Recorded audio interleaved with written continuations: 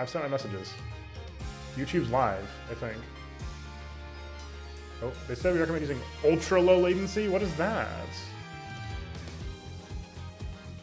What is that? What is ultra low latency?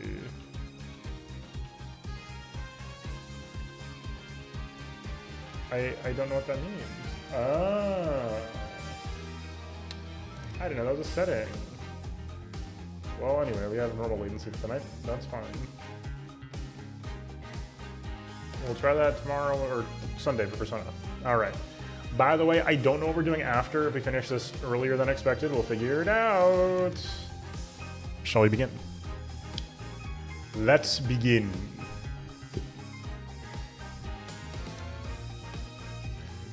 Hello, folks of YouTube. I'm Essel, and this should be, at least, pending weirdness, the final episode of Apollo Justice. I am so excited. We obviously have 2 more games at minimum after this, and then we got the Ace Attorney Chronicles. We got plenty of Shutakumi goodness coming up, so this is not the end of the road, but it is the end for Game 4. So I am so eager to dig in. We made one major revelation at the end of last night's stream, the true identity of one singer with amnesia. We think we got it. The tragedy's everywhere. I'm so excited. Let's go. I'm starting to wonder if we had like a Pearls moment earlier that I didn't notice actually, in case 2. Oh, did we? Oh my god. Did Trucy meet Lammeror? Oh my god. Oh man. Okay, anyway. Sorry, sir. Prisoner Christoph Gavin is currently occupied. I see. Do you know when he'll be finished? Well... Could you go find out? Certainly, sir. Please wait here a moment. My apologies to the guard, but there's something I need to see. Oh, we're snooping? There it is. This yellow envelope. David, and the sender is Drew Measham. That's not what that says. I was right. When I arrived at the studio, Mr. Measham was at his desk. He seemed to be writing a letter. He quickly sealed the envelope. It was a yellow envelope. Where it was left at the crime scene. And there's the stamp! If this is the last letter that Drew Measham wrote, then there's something I need to do. The last thing I need to do, in fact. Here goes. Let's see if this atroquinine spray finds anything. Yeah.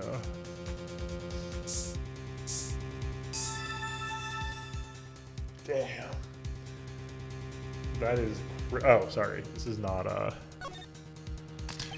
So this was Drew Measham's messenger of death. It was this stamp, all right, no mistaking it. And his last letter was sent to Christoph Gavin. The interview request came, like you said it would. And they're looking into the case.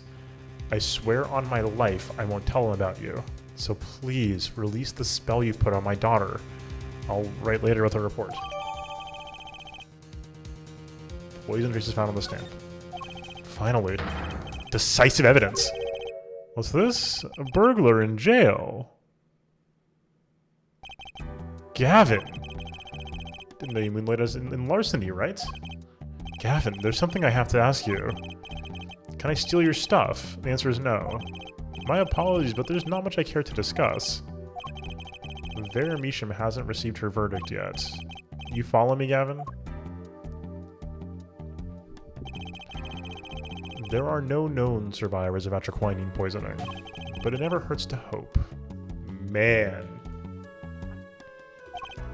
Okay. I'll be leaving now, then. Right. Wait. Yeah, Gavin. Would you mind leaving that letter? It's private. Oh, sorry. Forgot I had it. Many thanks.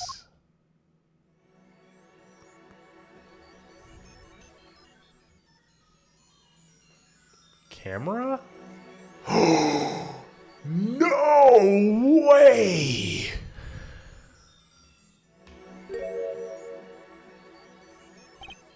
The reveal of the century.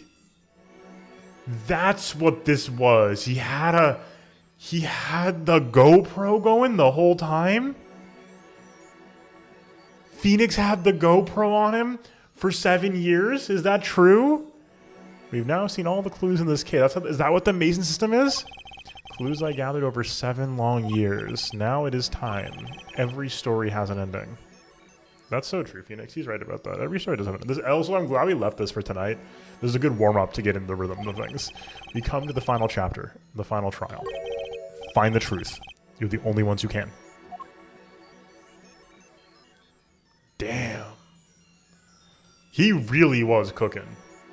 Like, obviously, it would have been nice to end with this last night, but this was a good warm-up. I liked this decision, I think. Oh my god. Oh my god. Let's go. Let's go. Welcome to court. 7 years, all leading to one verdict. A verdict which you must decide. Is the defendant, Vera Measham, innocent or guilty? This is a very complicated question because she is very literally guilty of forging. But she was 12 and operating under the sort of, not orders really, but sort of guidance at least of her father. The courtroom doors are opening. The trial awaits. Are you ready to begin? Preparations complete. Oh, let's go. Wait, gnocchi like in real life or in the game? Like the legal gnocchi, the narrative gnocchi. Something inside me rising, surfacing.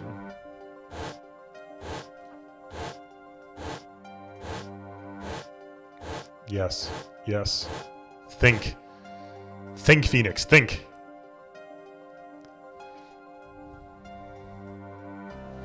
Something important. Lost long ago. It's close now. So close.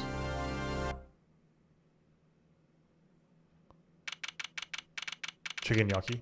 That sounds very based. October 9th, here we go. Court is now in session for the trial of Vera Measham. The defense is ready, Your Honor. Prosecution is ready to rock. Prosecutor Gavin, how is the defendant of Vera Measham's condition? Acute quinine poisoning. According to her physician, she could die at any time. Thus, her absence from the courtroom today. What? They can't put her on trial without her being here. It is unusual. They should wait for her to get better and do it then. It's so bureaucratic of them.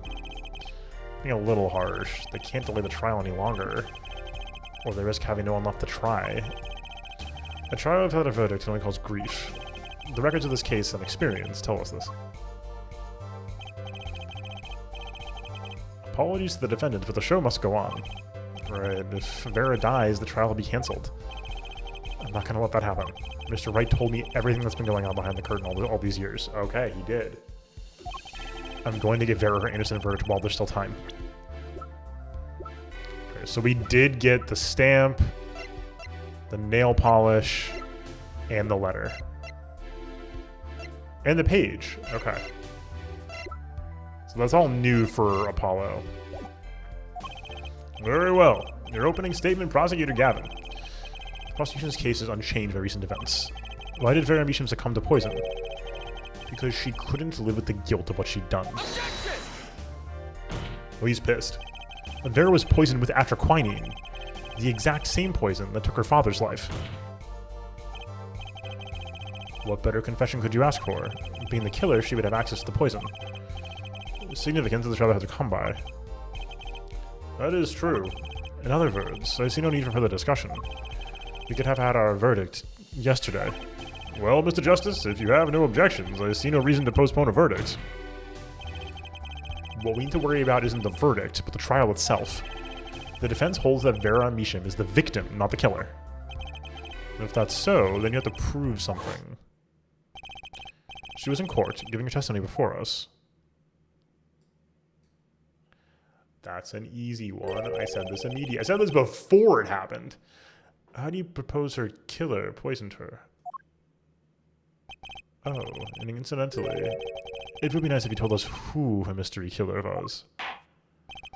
Prosecution objection is sustained. I ask the defense to prove its claims at this court. Tell us how Vera Measham was poisoned. Got two things to prove here. Who did it and how? Which said first? How? Because like the who is gonna sound insane. So we'll go with how first. How did the killer poison Vera Mishan? I'll focus first on the method used. Any comments before we begin, Prosecutor Gavin? Not a bottle or container of the poison was found on the defendant's body. I see. So the vector of poisoning is unknown. Is the defense prepared to prove how the poison reached Vera Mishan? Yes, Your Honor. Very well. What method was used to poison Vera Mishan? Easy and clap. What's this? Hello, Ozzy. Perfect timing. My, what a beautiful bottle. I'd like to give whoever designed that a hand. You! That's nail polish. It's colorless. Ah! Something the matter? No, nothing. Nothing at all.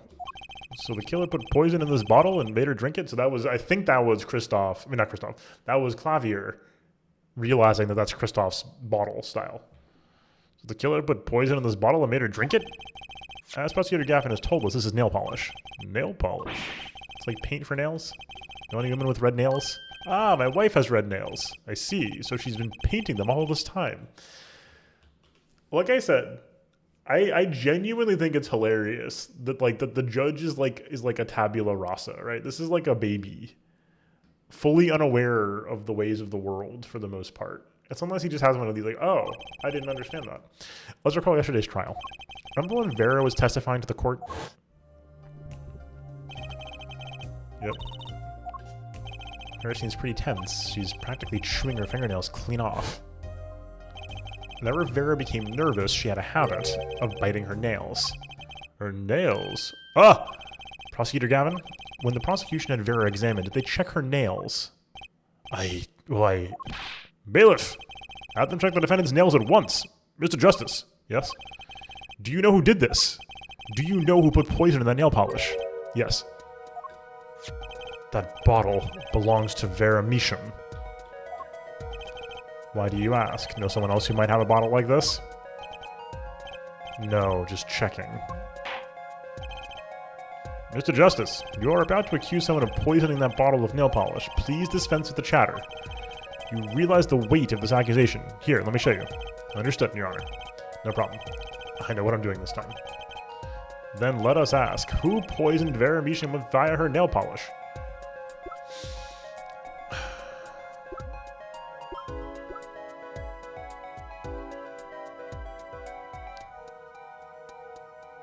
Okay, to the laws in our minds. Great point. The only reason I'm hesitating here is the horrifying possibility that it was Clavier.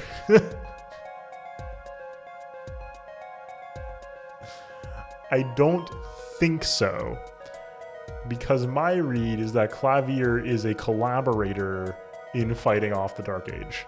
Like, Clavier has produced the most collaborative environment in the courtroom we've had in the whole series, outside of like some very precise moments. I'm gonna accuse Christoph.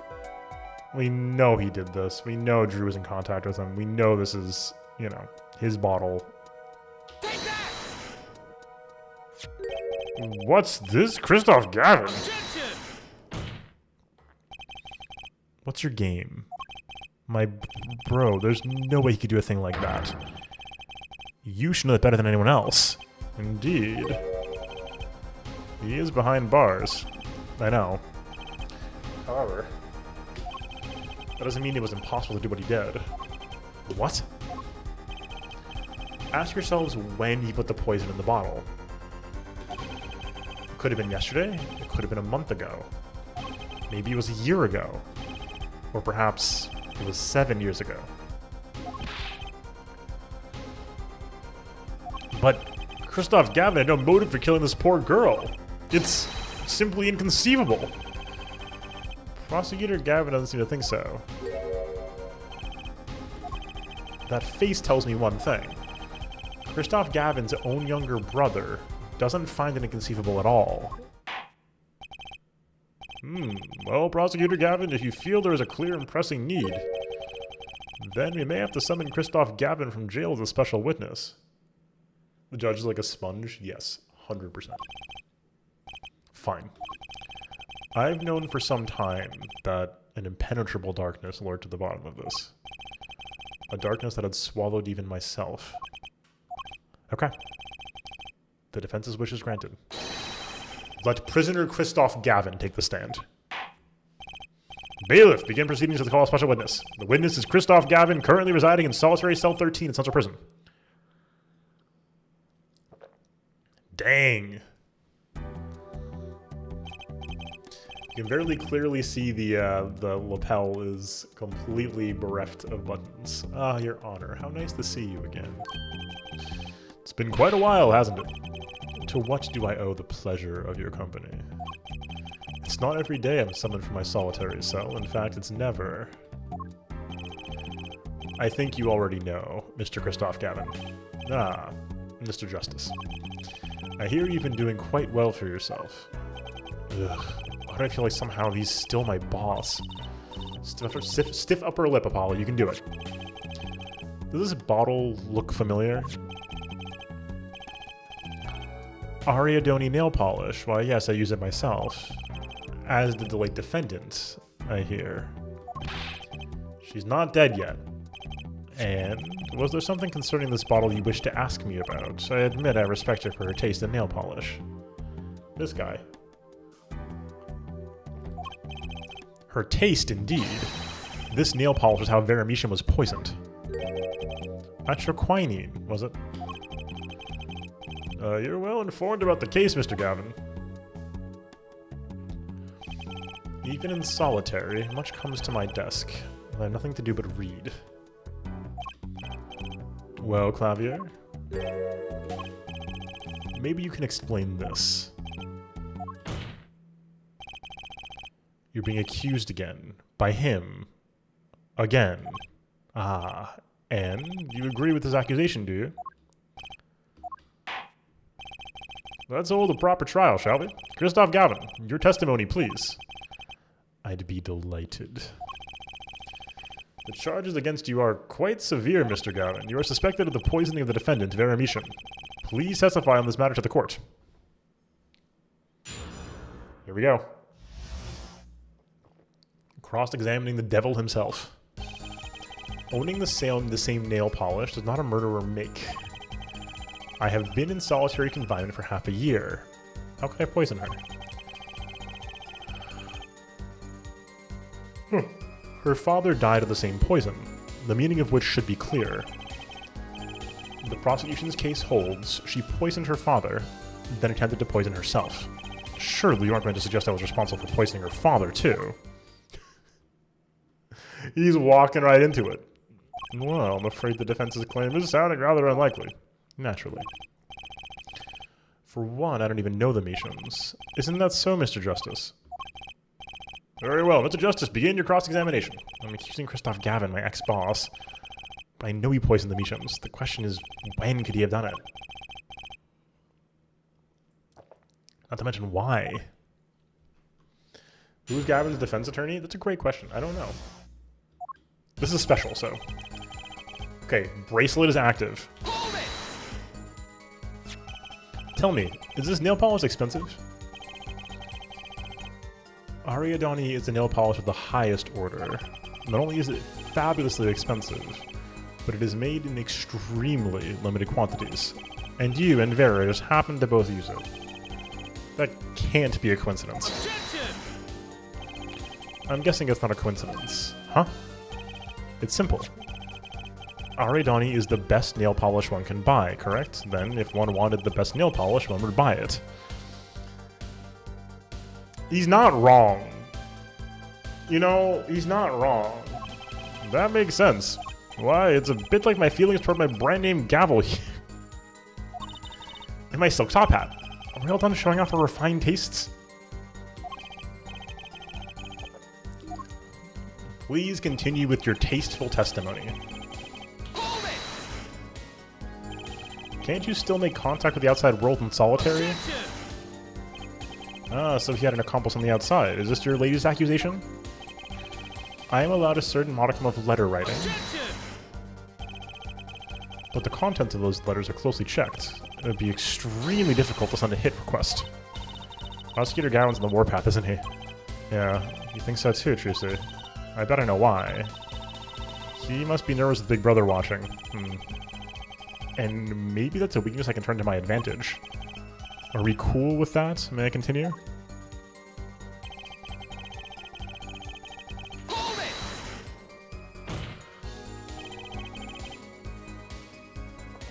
The defendant is not dead yet.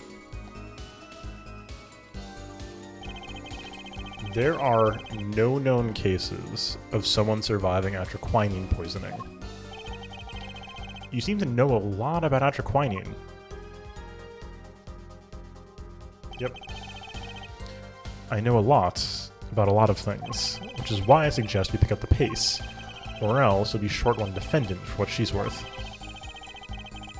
The witness will refrain from speaking ill of the ill. My apologies. Shall I continue? Yes. Kristoff is... He's got the like a maxed out charisma stat, right? He's refined. He's got a way with words. He's gorgeous. He knows about the fancy nail polish, right? That's so captivating about the sort of angel devil thing going on here.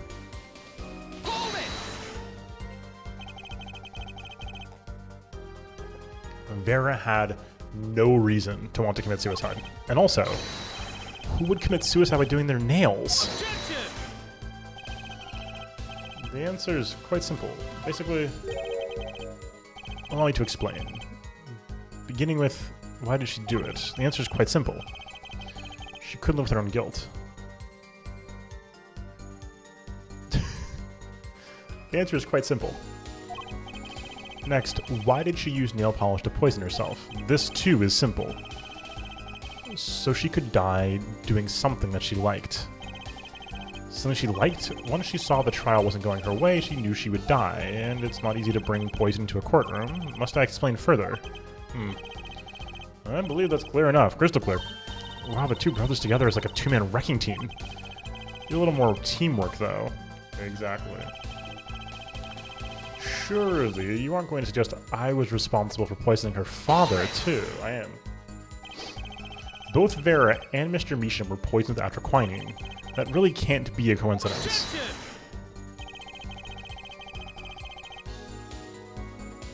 The defense is repeating fallacious statements based on conjecture. Prosecution requests concrete, unambiguous proof of the witness's crime.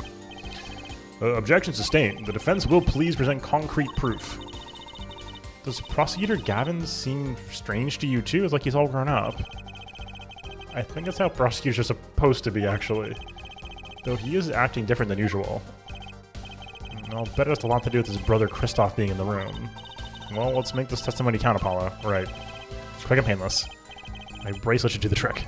Okay. I'm questioning Mac's boss. His testimony seems watertight, but he's lying. I'm sure I'll see something, as long as I focus. Let's try this first.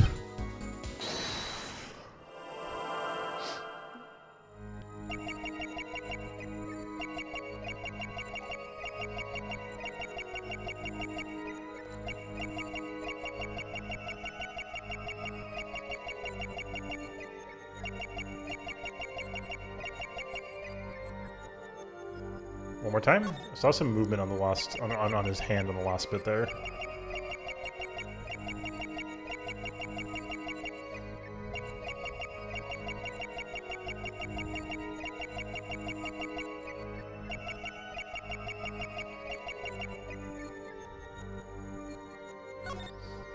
One more time.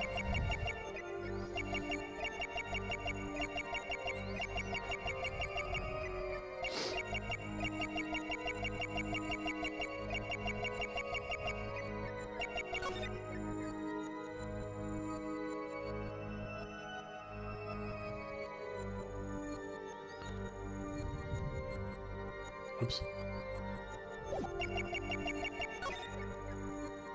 There we go. What the heck? Is that a skull? Gotcha!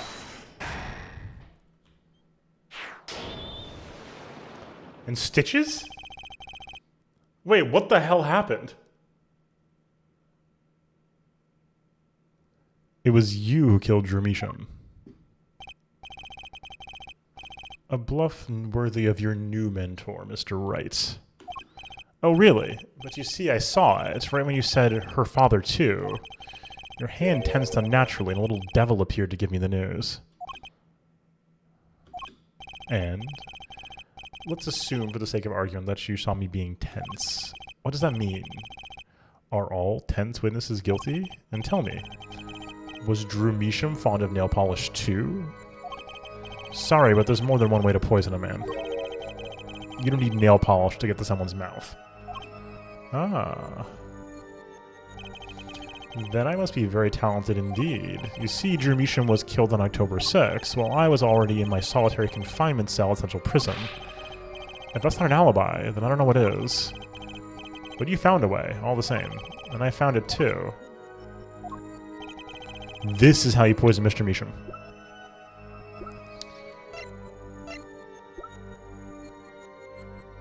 I mean, poison traces found on the stamp in the text here. My. And here I thought you'd come so far. Huh? I admire how you, lacking any confidence whatsoever, chose to barrel on. Oh my god. Your defense lacks even a shred of elegance. Really? Is it the stamp? It's, oh my god. Much like Phoenix Wright, come to think of it. Okay, I must know the answer. How did the killer get to his victim when the killer was in jail? Just try the stamp itself. Oh my god. See, this is one of the things about the series that I find kind of frustrating. Is that sometimes, despite the item being mostly incorrect, we should follow which description is more accurate. And here we get poison traces found on the stamp, and Drew Measham and letter. This says commemorative stamp sent from the real client. This is the item, but this has the correct info on it. That's frustrating. The night Mr. Measham died, he was seen writing a letter. Atraquinine was found on the stamp, Mr. Gavin. So am I to understand the stamp was the murder weapon? Yes, you are. And yes, the stamp was found in your prison cell.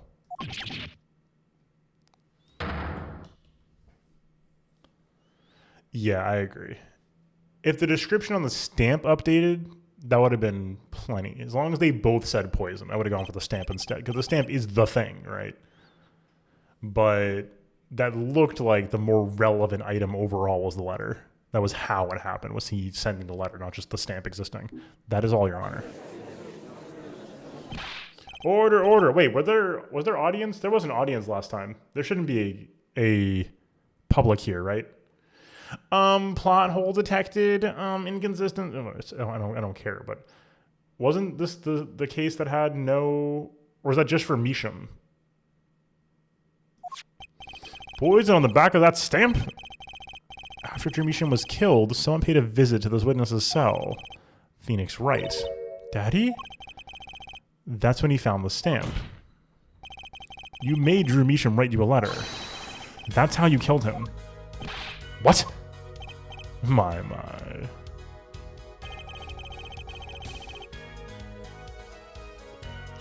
You've upset my poor brother to the point of uselessness.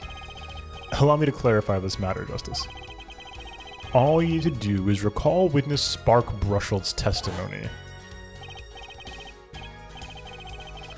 Well, that's the thing, you see. After he put his letter in the envelope, Mr. Measham sat there searching his desk drawer for something. His desk drawer?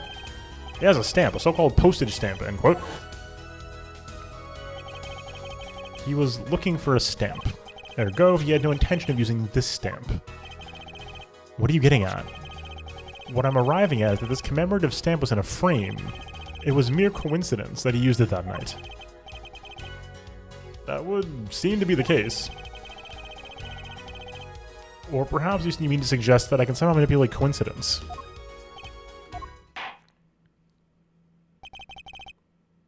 He does have a point. How would this witness know that the victim was going to use that stamp? Without that, he couldn't have planned the murder. What? Really, Clavier, you should be seeing through these weak-spined bluffs by now. He's right, though. How could anyone have known Mr. Meacham would use the stamp that night? Least of all, Christoph Gavin locked away in his cell. Well, it seems that the defense has run out of things to say. You assume he had something to say in the first place. I believe the defense's bluff has been called. The defense's bluff? I'm not sure I agree with you there, Christoph. Whoa. Clavier? Honestly, I wanted to believe you, but the defense wasn't trying to get away with the bluff. You were, Christoph. What are you saying, Prosecutor Gavin? Hey, Forehead, what was your accusation again? Huh? Oh, it was that this poison stamp killed Drew Meacham, yeah? To which my brother responded thusly. There was no way to know when Meacham would use the stamp. Yes, that's right. Which is why it couldn't have been planned. Tell me, it needs to be planned. Why? Why couldn't it have been a coincidence? The defense's case is simply that Drew Meacham died by that stamp, that's all. Coincidence. Christoph, you tried to slip out from under his accusation by changing the subject. If that's not bluffing, what is it? What are you up to, Clavier? I could ask you the same question, Christoph. Heh.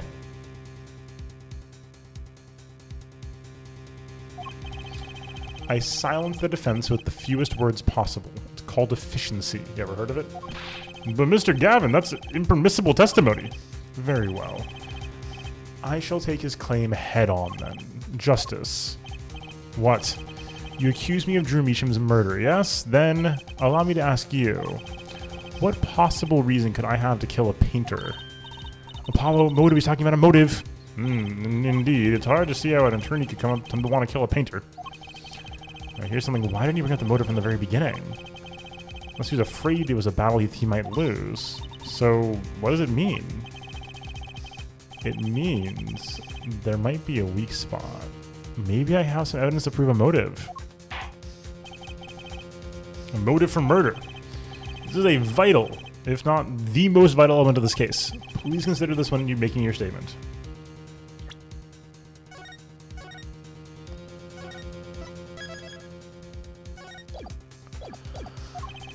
I'd say it's about... this vital. That's pretty vital. Well, Mr. Justice, I'm going through with this no matter what. Understood, Your Honor. I'd like to present evidence. Then let's see what you have for us. What reason did Christoph Gavin have for wanting to murder Drew Meacham? He is the client.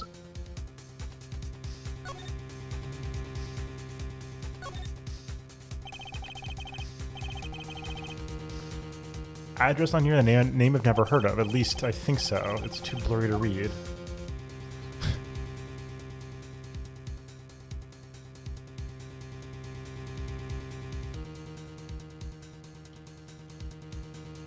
Wait, really?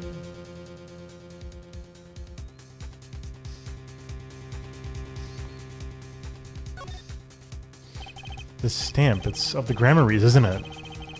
Why did Mr. Wright give me this letter right before the trial? What could it mean?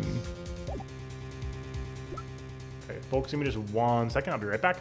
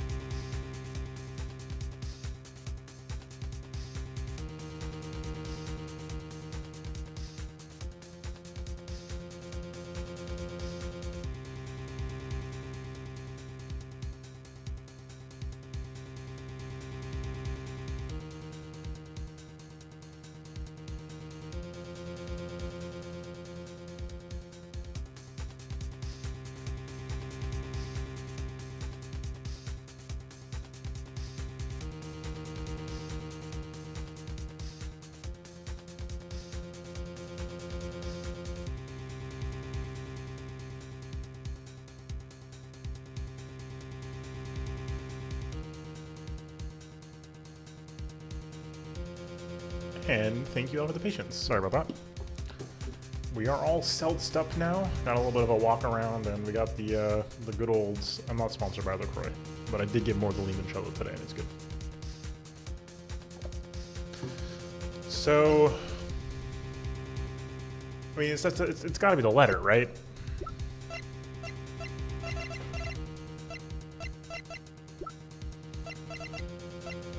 Yeah. Right. Bravo, Justice. Great. The way you present erroneous evidence with such numbing lack of skill. To think changing mentors would cripple you so. Allow me to present you with a numbing penalty. Hang in there, Apollo. Drew Misha had another business besides painting. Add a lawyer to that, and the puzzle's complete. Your Honor, I'm plenty numb now. Can I try again? Let's see what you have for us. What reason did Christoph Gavin have for wanting to murder Drew Misha?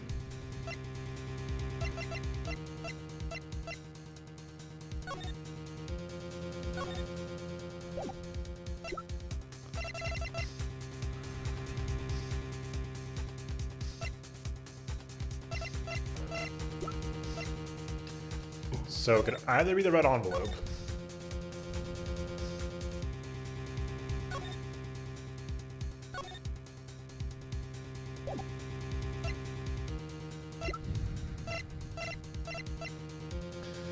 I mean, the reason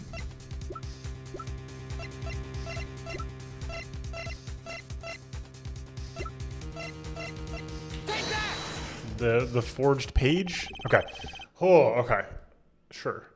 Christoph Gavin's motive becomes clear when we consider why the stamp came to Drew Misham's studio in the first place. And why was that? So, what we have here is me going backwards. I'm one step ahead.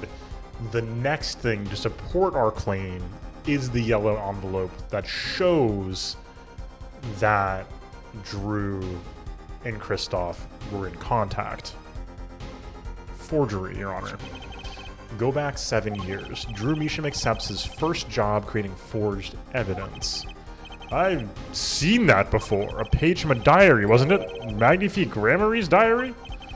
What attorney Phoenix Wright lost his badge? Yes. This was the evidence he presented to his loss. This evidence is a fake, yes, but did Mr. Wright request the forgery be made? That was never proven.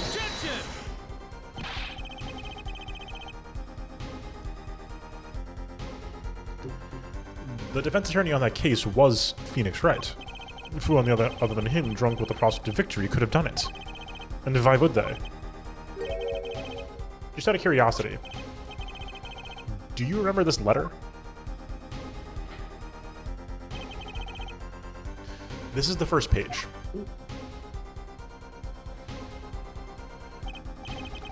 And this is the second. Those are presented in court yesterday. This letter was sent to Drew Misham by the client who requested that forgery. The enclosed stamp was none other than the poison commemorative stamp. Drew Misham drew his last breath just the other day. However, the motive for his murder was already 7 years old. 7 years old. The client who requested this forgery was very cautious. He tried to erase anything and anyone with connections to the forgery. Keep them from talking? But he made a mistake.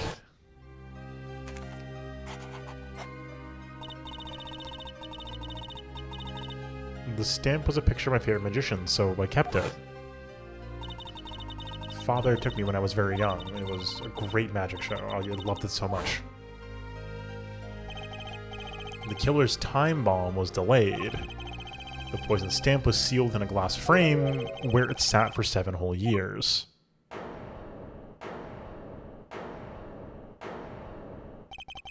Forehead, do you understand what you're telling us? The one who schemed at the forged diary page was the one who poisoned the stamp. And it was Phoenix Wright who presented the forged evidence 7 years ago. Adding the two statements together, the one who schemed to kill Drew Misham was none other than Phoenix Wright.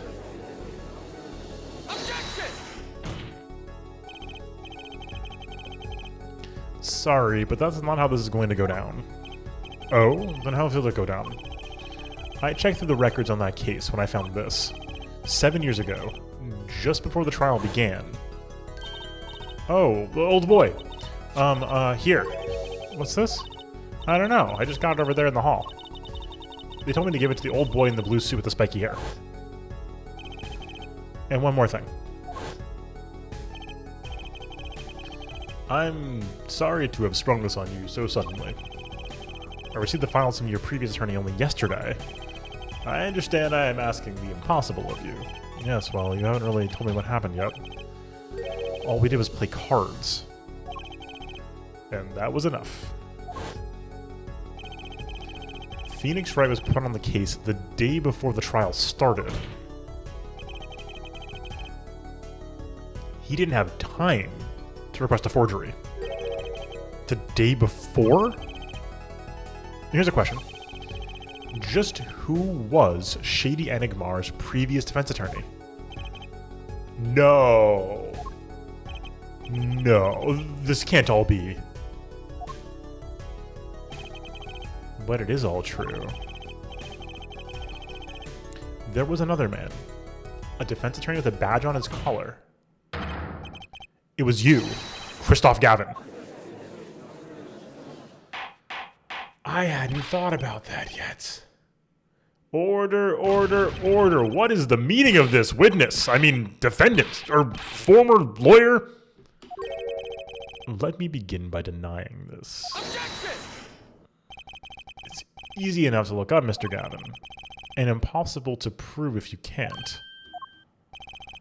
Attorneys are registered with the court the day before the trial begins. In other words, no record remains in the court. How exactly do you intend to prove Phoenix Wright's claim? That would be difficult. I'm afraid this line of inquiry won't yield. Forehead. Are you sure you don't have evidence? What's wrong with Prosecutor Gavin? He looks clammy. Evidence. Evidence that shows this man, Christoph Gavin, requested that forgery 7 years ago. Clavier. Just prove it. Clear up these doubts now, or I swear I'm off this case. Must have thought of some evidence. Apollo. Prosecutor Gavin takes in physical pain, that darkness. I have to pull the darkness out of him, and proof is the only way I can.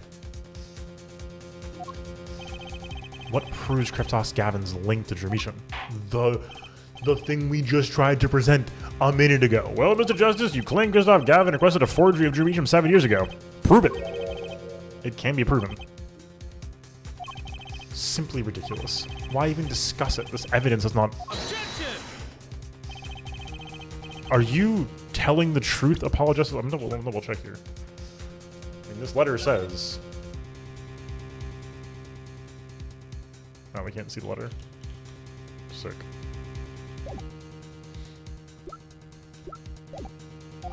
I am. Then I say be given the benefit of the doubt.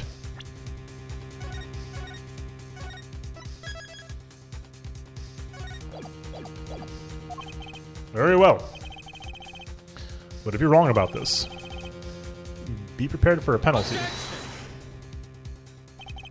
Your Honor, you do the defense an injustice. Mr. Justice is clearly passionate about his claim. Should the penalty not match his passion?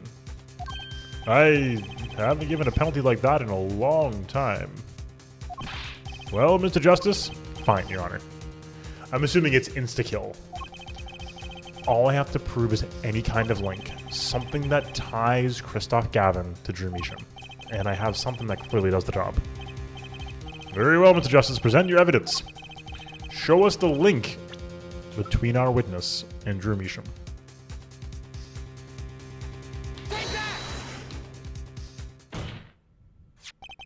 This evidence proves there's a link. Objection! That scrap of paper. I'm afraid I can't let you submit that. Is there some problem? There is. How could you possibly have that? You couldn't. Hey, that's Daddy's handwriting.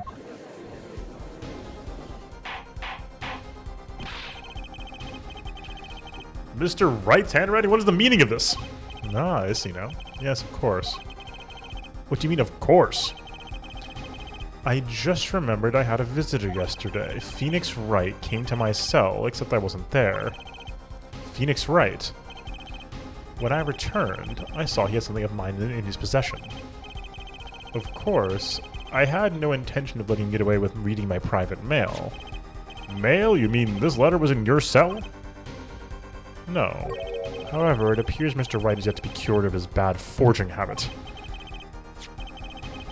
Well, if it's a forgery, it's not a very good one. The handwriting's terrible. This is Mr. Wright's reproduction of what was written in the real letter. Reproduction? Mr. Wright visited the Christoph Gavin cell. He brought with him a small video camera. What? Yo, look at his face.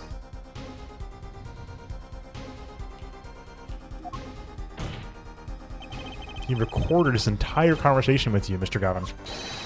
And the contents of your personal mail. Regardless, well, the Twitch, this mockery of a piece of evidence will never be accepted by the court. Evidence based on a video a man with no authority whatsoever claims he took. A man who happens to be an ex-attorney suspected of forgery. Prosecutor Gavin? Prosecutor Gavin? As embarrassing as this is for me to say, I'm afraid my brother is incapable of making rational judgments at the moment. Your Honor, your decision, please. The defense's claim is denied. What? Only actual evidence is permitted in a court of law. Please remove the defense's evidence from the record. Better luck next time, Justice.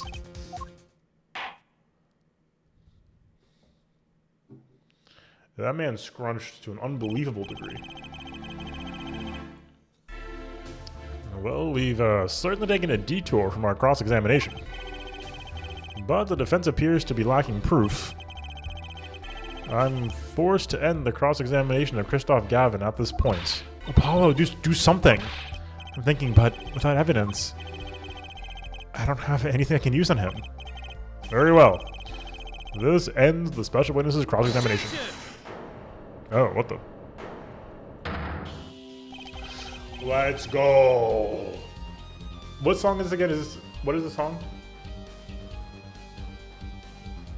The guitar? No, this isn't the guitar serenade. What is the song called? It's good. The show's over, yet the crowd screams for more. Only now do I understand why. Prosecutor Gavin? Frankly, I'm relieved. This has been bothering me for 7 whole years. Guilty love, thank you. And I'm tired of the whole youthful angst scene. Now's our chance. Let's clean out the family closet, eh, Christoph? Clavier, you're spinning out of control. Calm yourself before you say something you'll regret. When the love is a guilt or something, did you see the ABBA reveal? Yes, I did. It was crazy. Spinning out of whose control? Mine or yours? Take a moment to consider everything you've built. Your reputation as a prosecutor, your fame with the masses. You could lose it all, Clavier. Apollo, did you see that? He's trying to press Prosecutor Gavin.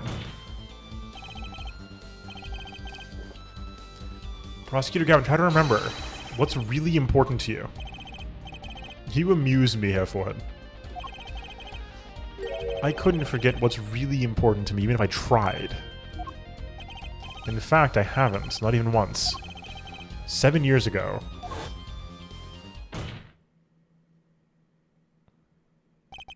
Finally. You just couldn't resist, could you, Herr Wright? Resist what? Presenting solid evidence? Might I request you put the current cross-examination on hold? The prosecution would like to call a new witness.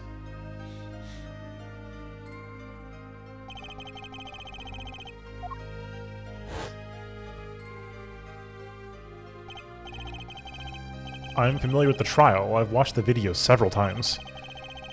Didn't you find anything unnatural about it? Unnatural? Well, you did seem unusually well prepared. I mean, Mr. Wright had only just presented his evidence. And the next moment you call on Jermisham. It was almost as if... what?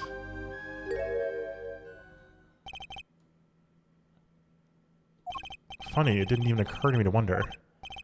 But now that I do, I see there's only one possible explanation. Almost as if from the very beginning, you knew Mr. Ray was going to present that evidence. Ah, correct. I knew that if I applied the usual pressure, Phoenix Wright would eventually come up with that forged diary page. Don't do this, Clavier. I knew because you told me, Kristoff. What? I mean, is this that surprising at this point, Apollo? It was the night before the trial. Clavier. Kristoff? Odd seeing you at the prosecutor's office the day before the trial.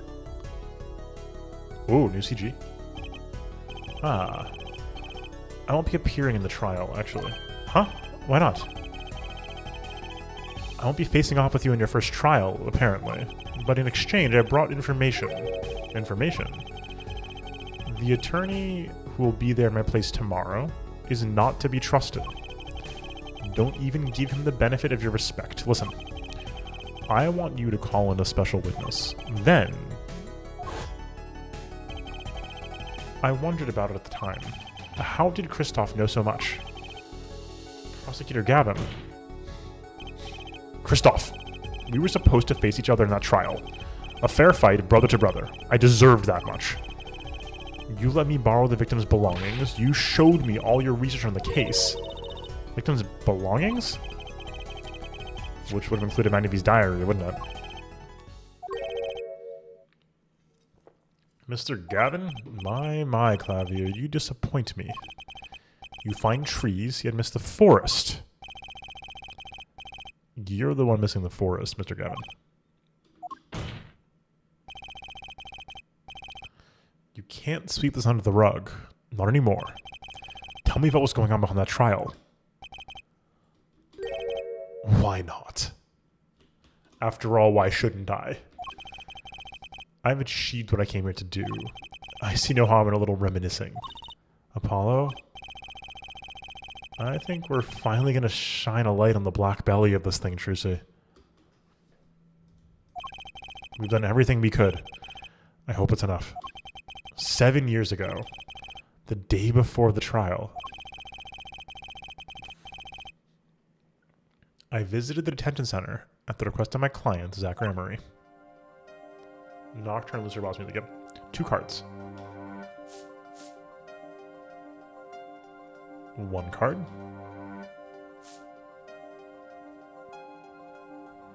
Showdown time.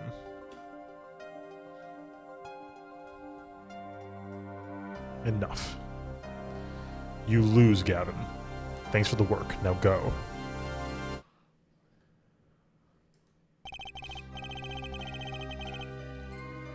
To be honest, I don't know what his reasons were to this day. As far as I could tell. Thank you.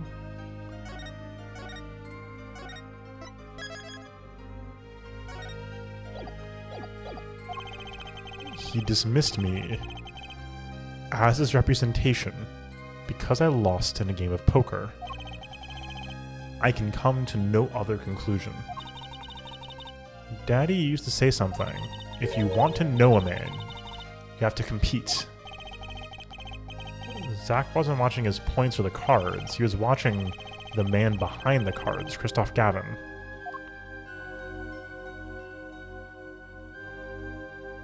Why poker then? I don't know, whatever. I couldn't believe it. Phoenix Wright. A second-rate attorney who relies on luck and bluffs. He dismissed me and went with that pitiful excuse for a man. He deserved to die for that error alone. Hold it. Hey, that's not a hold it.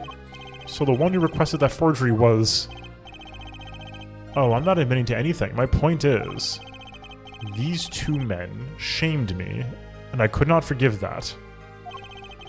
Phoenix Wright and Zach Ramery both deserve what they got.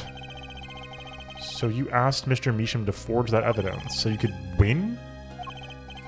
But then when you were dismissed as Zach Gramery's attorney, you used your forged evidence as a trap. You fed me information about the forgery you made. Then you gave your dirty evidence to him. You're free to imagine what you will. My point is that all I had imagined came to pass. Everything went perfectly. Huh. Incredible. If I wasn't laughing, I'd weep. Prosecutor Gavin? Perfectly. You're mad, Christoph. Stop fooling yourself. What are you talking about, Clavier? Tell me, how did that trial end? Cancelled when the defendant vanished? I get it. So, Christoph, you've been living in fear for 7 years. What? You were afraid your forgery would be revealed, and your reputation trashed. You couldn't leave things to chance. So you watched everyone involved with the case for 7 years. Yep. As predicted. So what you said, every day for 7 years. But I felt it too. Journalists sure he is being watched, end quote. Don't you wonder why Zach Gramery got rubbed out after 7 years? Right after coming into contact with me? Wait just a minute. Zach Gramery was seen by this reporter. How was that possible? Was he alive after being gone 7 years? Finally. I knew this moment was coming. I just didn't think we'd get there so fast. Zach Gramery, gone missing for 7 years. Trucy's father. What's wrong, Apollo? Go get him. Right. Leave it to me.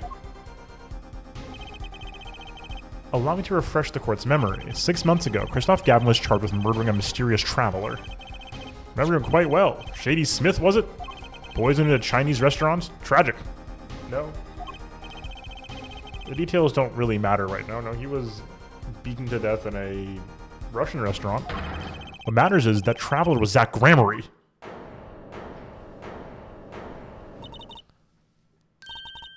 What is it, Apollo? Huh? Keep going. We'll talk about it later. Did she know? That would be insane if she knew. Oh my god, I want to like replay case 1 now.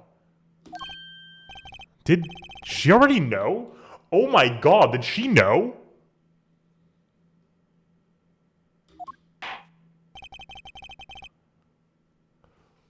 Whoa! That was not on my bingo card. Someone please explain this. Mr. Justice, can you explain this? It all started 7 years ago. The great magician, Magnifi Gramery's death started it.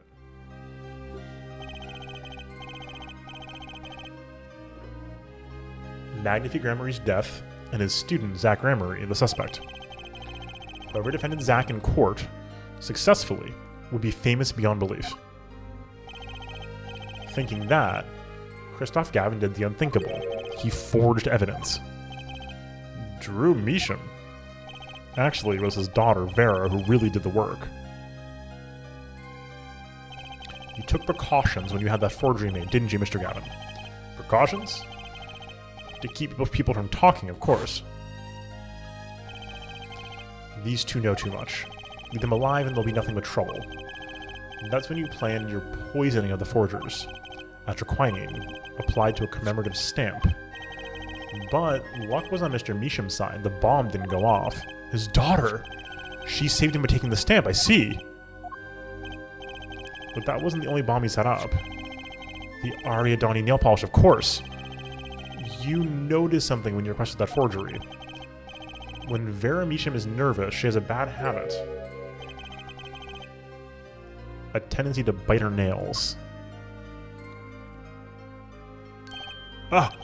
That nail polish was her good luck charm. Almost kidnapped one. Since then, she's been, well, you can see for yourself. She refused to leave the house. That person gave me a good luck charm for when I absolutely had to go outside. Protects me. As apparently she received something, a gift. She won't tell me what it was. It was from that client, the one who wanted that note made. It's crazy. It was his insurance. Insurance? As long as she lived quietly at home, there was no danger to her. But what if she had to go outside? If she ran into any trouble, she'd become nervous, and the nail polish would do the rest. Can we say that Christoph Gavin planned to, like, poison a 12-year-old? His time bomb sat there for 7 years, and then they went off almost simultaneously.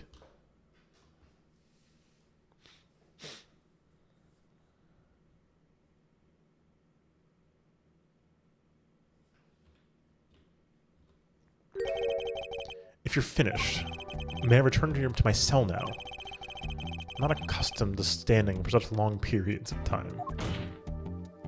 Mr. Gavin, have you heard a single thing we've said? Oh, I listened quite closely to your little tale. Quite an entertaining piece of fiction. What? Clavier, surely you understand.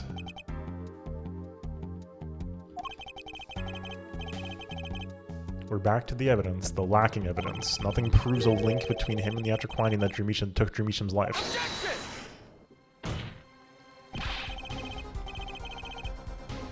What about the restaurant? You killed Zach Gramery to keep him from talking. I killed no man of that name. Read over the report again if you like. The victim was a traveler with the name of Shady Smith, about whom we know little else. You can't seriously think I would knew he was that particular fugitive. Okay, then why did you kill him? I plead my right to remain silent. Remember, this court did not convene to put me on trial. The defendant's name is Vera Measham, suspected in the murder of her father. My trial's been finished for 6 months now. I'm afraid we have strayed considerably from our purpose here. This court concurs with the witness. It is defendant Vera Measham who's on trial here. No, but you were doing so well, Apollo. As long as there is no evidence to support the accusation against him, this course of inquiry cannot find Vera Measham innocent. Your Honor, Phoenix Wright spent 7 years collecting this evidence. You still don't get it, do you? Let us assume there was poison in the nail polish. Who then was responsible for causing Vera Measham to bite her nails? What? It wasn't me, I know that much. The one who brought that poison to her lips was you. What? What? Evidence is everything. There was nothing more. I believe this discussion has reached its conclusion. Your Honor, Mr. Justice, you have performed admirably well for a novice attorney. I respect your partner, Phoenix Wright's determination as well. However, without direct proof, you have nothing. Isn't that right, Clavier? Unfortunately, yes, Christoph, you're right. That is, you would have been right until now. What? Okay, I was wondering when we were going to bring this up. This is a jury trial. This is a trial with the jurist system. And so evidence is not as the evidence rules are not as strict right now. Did the news never reach your desk in solitary? The eyes of the nation are on this courtroom today. This is the trial case for a new judicial system. That's right. I totally forgot. How? The jurist system. Jurists, you say? The current judicial system has been deemed too closed off from society. This new system attempts to inject the wisdom of common citizens into the law. Common citizens? Wisdom? Some kind of a joke. What could we possibly gain by doing this? Entrusting our judicial system to a mindless emotional mob of irrational mouth breathers. Common citizens is something called common sense. Common sense is not restricted by the law. Nonsense. There's only room for two in this court. Me and the law. Keep the riffraff out. Out, I say.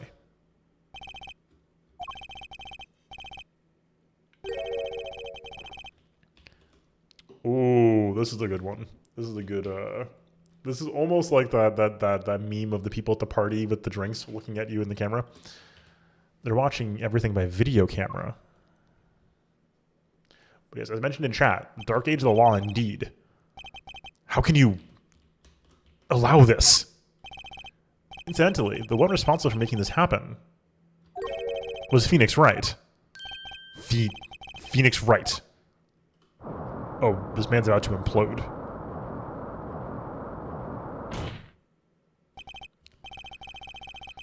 So everything was leading to this. Of course. Right. Right. Right. Right! I love when witnesses explode in this game. It's so much fun. Oh, he is disintegrating. I won't accept. I can't accept. This is no court. Law. The law is everything. The law is absolute. You'd let ignorant swine soil your courts. Christoph, it's over. Clavier? The law is absolute. You can't be serious. What? Odd. I thought you spent your life looking for loopholes. The law isn't absolute. It's filled with contradictions. The law is the end product of many years of history, the fruit of human knowledge. Like a gem polished to a gleam through trials and errors, it is this fruit we receive and pass on and face in our time. It is always changing, growing. Nurturing it is our task as human beings. Whoa, the judge dropping some heat? The law is an evolving document? Except for you, Christoph. You aren't changing. You stopped. You're not needed anymore.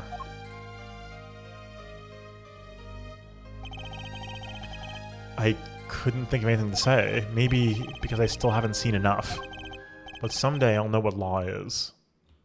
That's true. And I'll fight the change if I have to.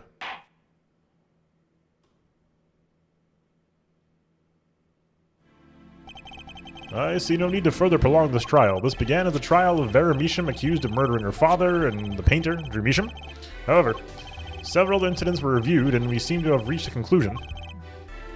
Before this court declares a verdict, I await your decision. Jurist of the court.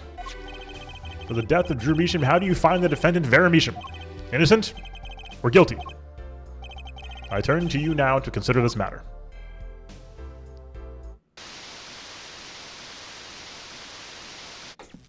Whoa. Yo. October 9th, 12:48 p.m. Jurist Chambers. We'll save. Oh, wait, we can't save now, but we saved earlier. This ends the trial for this case. Only the verdict remains to be decided. Oh, we should have saved way later then. Oops.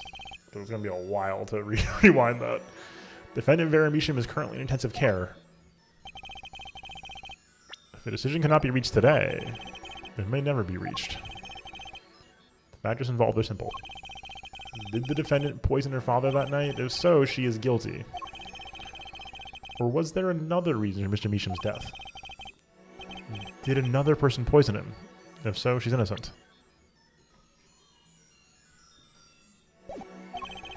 A panel has been provided for each of you to input your decisions. That is all.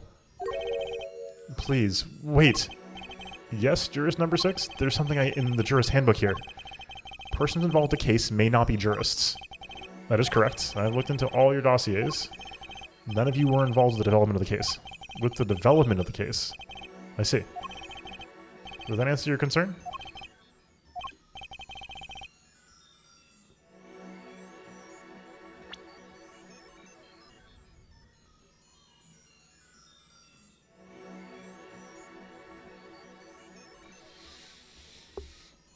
What does that mean? Make your decision in the case against Vera Measham. After 7 years, the truth is ready to be heard. Judge wisely, judge well. Lamaror, Volant, the development of the case. So somebody was on the outside of this case. I mean, no, I can't be Brushroll. It's too close. He's too close to the matter. Zach is alive. I knew it! Oh my god.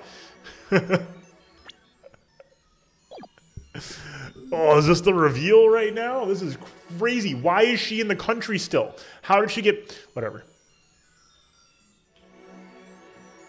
I mean, we know she's not guilty. We know who's guilty here. We'll do the bad end after, I guess. But we know what's up.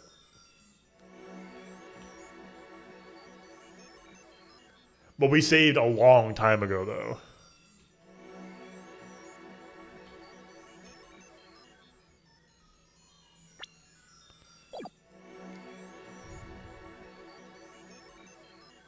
So either way, we're gonna have to go back a while. So, not guilty. There it is. The hard confirm. And so a verdict was reached on October 9th, 2:14 p.m. The first verdict under the jury system. True.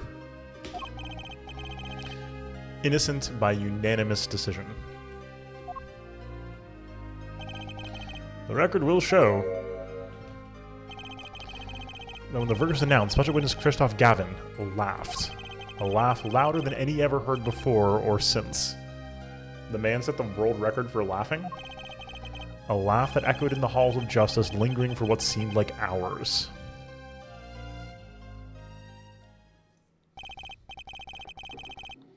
October 10th, 8:30 a.m., the morning after the trial. In an intensive care ward, a true miracle occurred. Vera Measham opened her eyes. Oh my god. She can't be at this place. She can't, we can't be here. There's no, I need to leave. She's alive! Vera, I'm so glad Don't cry, Apollo. I'm happy to, and proud. You did well, Apollo. When I thought about... What if Vera, Hey, now, don't you start crying, too. Sorry you had to see us like this. Oh... Vera? Thank you so much. Apollo, thank you. No, I'm sorry. I shouldn't have pressed you like that. If I hadn't... You never would have been your nails. No, I was wrong. Staying locked inside with that clinging to my good luck charm. Vera? I opened my eyes and saw you. I finally understood. It's important to be a part of the world. To see things with your own eyes. Oh, it looks like that poison had some effect after all. It killed off whatever was holding Vera back from life. That's the way to phrase it, I guess. I knew you'd pull through, Vera. I mean, that's what Apollo was fighting for the whole time. Your future. I won't forget it. Here, let me thank you. No, really, it's okay. Oh, look, it's me! This is such a funny image. I love it. Thanks. Is that me? You really captured your essence, Apollo. Well, I think so, at least. That reminds me. Do you know where the other lawyer is? The other lawyer? Oh, you mean Daddy. Except he's not a lawyer anymore. It's my fault, isn't it? I'm sorry. Oh, no. That's not what I meant. No, it's okay. I'm through looking away from the things I've done. Hope I can look him in the eyes again someday and apologize. I'm sure he'd be happy to hear that. He brought all those things for me when he came to visit earlier. You mean that stack of videos? Mr. Wright finished watching them all? You know, I knew my real daddy was alive. Huh? I was there 7 years ago, remember? I was the one who helped him vanish from the courtroom. You did what? How? I'm not telling. Mr. is Mr. Hat. Oh, right. Wait. Apollo doesn't know that, right? He promised me that day he went away. We may not meet again for some time, Trucy, but know this, I will be watching, and one day I shall return. You're the next Grammary, after all. Oh, Trucy. In the end, he couldn't keep that promise, could he? It's okay, Phoenix is my daddy now, even if he can't really play the piano. That he can't. Oh, and I've got you too. Even your voice is kind of loud sometimes. Glad I made your list. Hey, come to think of it. Where is Daddy? The one who can't play. Do you know Apollo? I think you said he had to meet someone? I wonder. Maybe it's a new mommy. Oh, Trucy? Huh? Yeah, Vero? I was wondering, could you show him to me once more? Sir Hat, was it? Oh, he's not been knighted. Yet. Here goes. Do us an impersonation, Mr. Hat. Objection! Not loud enough. I like Miss Magic Underwear better anyway. That's Magic Panties, Apollo. Thank you. So, yes! Your memory's returned. Mr. Wright, was this all a part of your plan too? I don't know what you're talking about. Oh my god, that's crazy. When I lost my memory, I was reborn as Lamarar. But you knew my true identity, did you not? That is why you chose one of your jurists. You're thinking into it too much. Besides, there was no guarantee that regaining your memory would make you happy. Of course it is a happy thing. For so long I thought I was alone. But now I know I have children. 2 dear children. I'm so proud of them. This too, I think, is thanks to you. Are you going to tell them? They do not know. Nope. They don't know their mother. They don't even know their siblings. Yeah. This is crazy. And I'm... Please, can we have some... Can we have this? And we'll go to them with...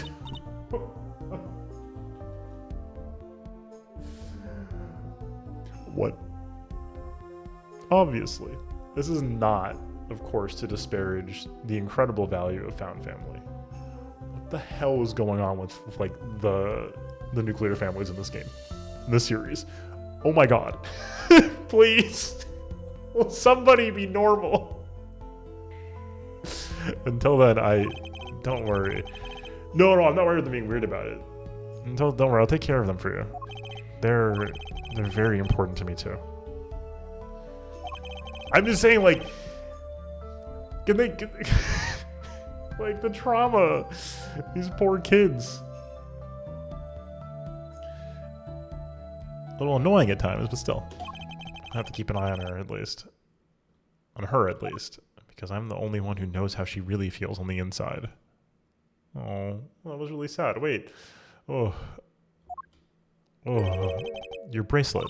Yes, I've seen a lot of mysterious things these past 7 years, but your bracelets were the strangest of all. We were meeting him half a year ago now in Christoph Gavin's office. And then I met you. 2 fates destined to intertwine, and I was there when they crossed. I'll never forget that. Such a small thing, that bullet. Yet it tore who I was away.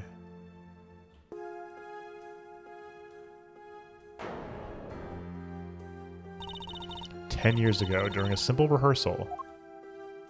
It was a miracle no one died. But I didn't survive that accident. That is why I left the troupe and my family. Now my memory has returned. I am myself once more. For the first time, I am glad to be alive, Mr. Wright. Speaking of miracles, Vera Measham regained consciousness this morning. I can only hope she's as glad as you are. It is a strange thing, fate. Someone's life is taken, someone's life is spared. You know what I've been thinking? People don't die that easily, really. Alright, fair. Also, and I mean, like, to be clear, again, like, I think, you know, sort of found family, adoptive family, as important or more important than like, direct, you know, nuclear family, that kind of thing. Obviously, I shouldn't say obviously, but like that, I think that is worth reaffirming in my mention here. I'm just saying, when Trucy was 5, she was told her mom went away forever, and now her mom is back, and Trucy doesn't know, and she's 15. Apollo, a little different. He never really knew his mom. He was one when she left, right? A little different. Trucy should know. She just had to watch her dad die. Kind of. She kind of knew.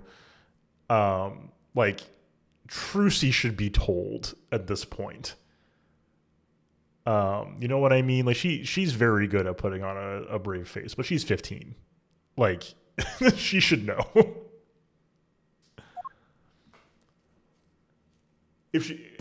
Yeah, that's pretty much the end of my story for now, anyway.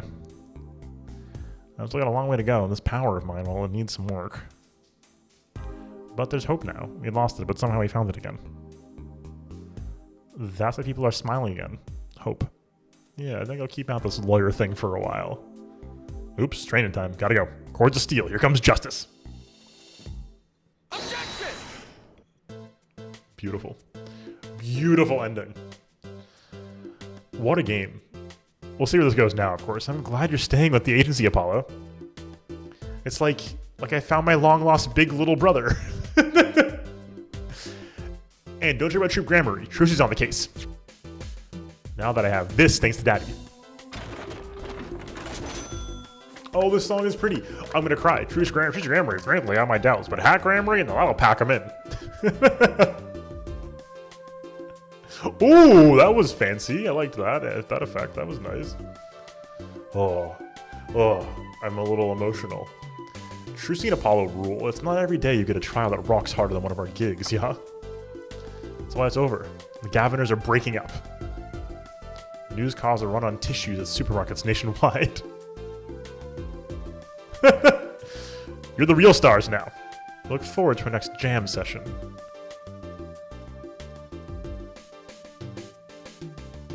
Shout out Clavier. And like Clavier, who like, you know, was more or less a victim in this whole thing. He was like a tool, right? Used by Kristoff. Well, it's finally over. You know, thinking about it. I've been a piano player longer than I was a lawyer. Now everything's sorted and I've got time on my hands. Maybe I'll take some lessons. Maybe I'll take the bar exam again. Phoenix. Well, I was just saying thoughts. We gotta get through this first. But man.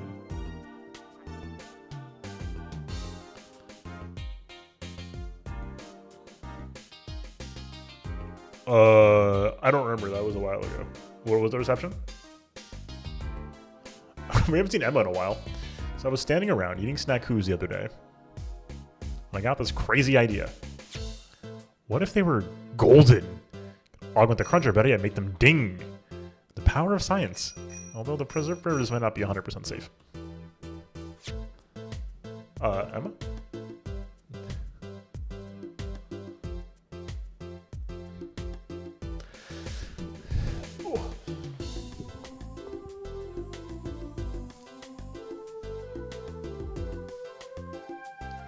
I think it feels... I do think Case 4 was an absolute banger as a whole. The only thing cold in the restaurant is borscht. But a greater challenge is being required. Then come to the hideout. No to ask for. Sure.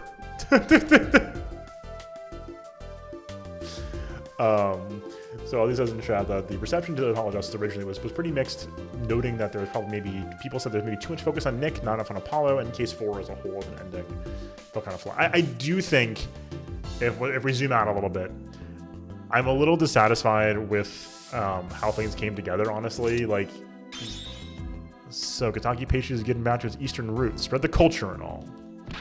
Yo, boss, culture time. Let's go. This is how we write root, capiche? We're still about giving back to the people. Yo, boss, PR time.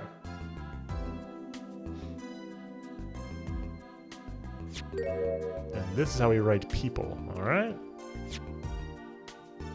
Not that Walkie's paying any attention. Oof, kids. Shout out, Plum.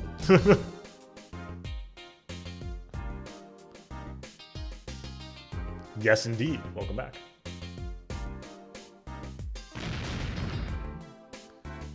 Bazoy. Chinese characters on cake was a fly idea like 3,000 years ago. Believe that. Man, you want to make it there, you gotta keep it real, you know what I'm saying?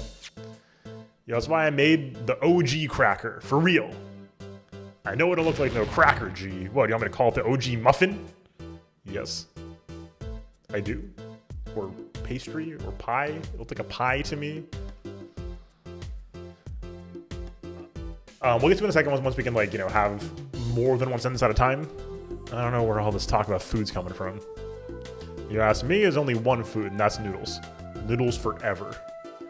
Got a new one, too. See, this time, let's put a big chunk of salt in the bowl. Why pretend? I'll do noodles is about the salt. Salt forever. Oh, I forgot about this. Ugh, it was a lot.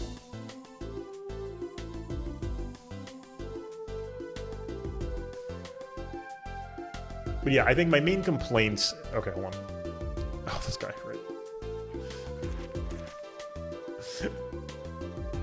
My exceptionally inquisitive nature won me the unequivocal... See, they used to call me Wesley Stinkler and Wesley Sticky Hands. But no longer. I have a new name. One that reflects my true academic nature. Wesley Sicko reporting. Yes, curiosity is a sickness and I am the cure. Oh my god.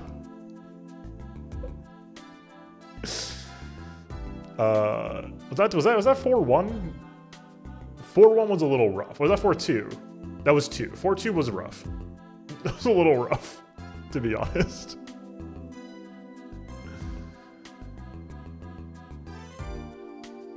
Or was that 4? Yeah, that was 4-2, right? Yeah. Was this the first good -3? Oh my god! I want to thank you for all you've done. Light has returned to my life, and with it joy. I may have lost years, but I have gained a treasure. 2 treasures, in fact. I'll think of them when I write my next song. You have to at least tell Trucy, please. Please. Brushel,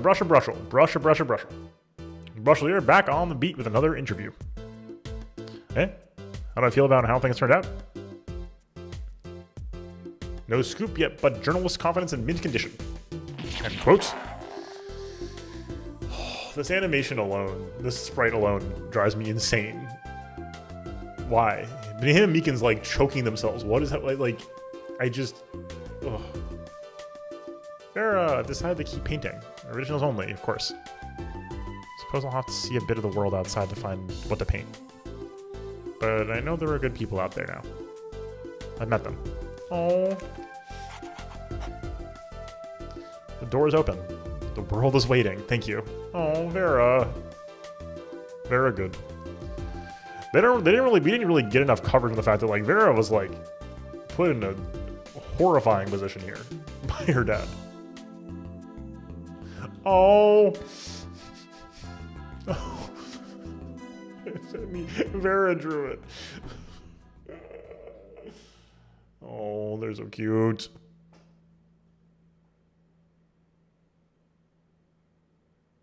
They're so cute. Oh, based. Congrats! You've unlocked a special bonus in the music and background settings screen. Hey, competitive causery. I want to see it. Didn't get to... Oh yeah. Okay, no. Okay. I'm confused now because this is next. And this is what's her face from Ghost Trick, right? Like I'm not going insane. That's like 100% her from Ghost Trick. Phoenix is back, baby. Let's go. I always got the locket on him. He looks older. We love to see it. Oh, I'm so excited for this. What's her name? I forget her name. We played the game like 6 months ago. What is it? Paula with eye patch? Oh, we have to do. We're finishing our takes and doing maybe doing the other ending. We can see the other ending if you want to. Hold on. I want to see the. Wait, where's the museum? I want to see the stuff. There we go. What is it? Art library. I want to see the art. Show me the art.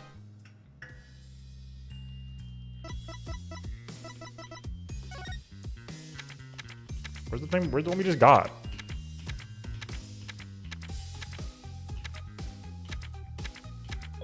Hey, where's the... There we go. Okay. Is it?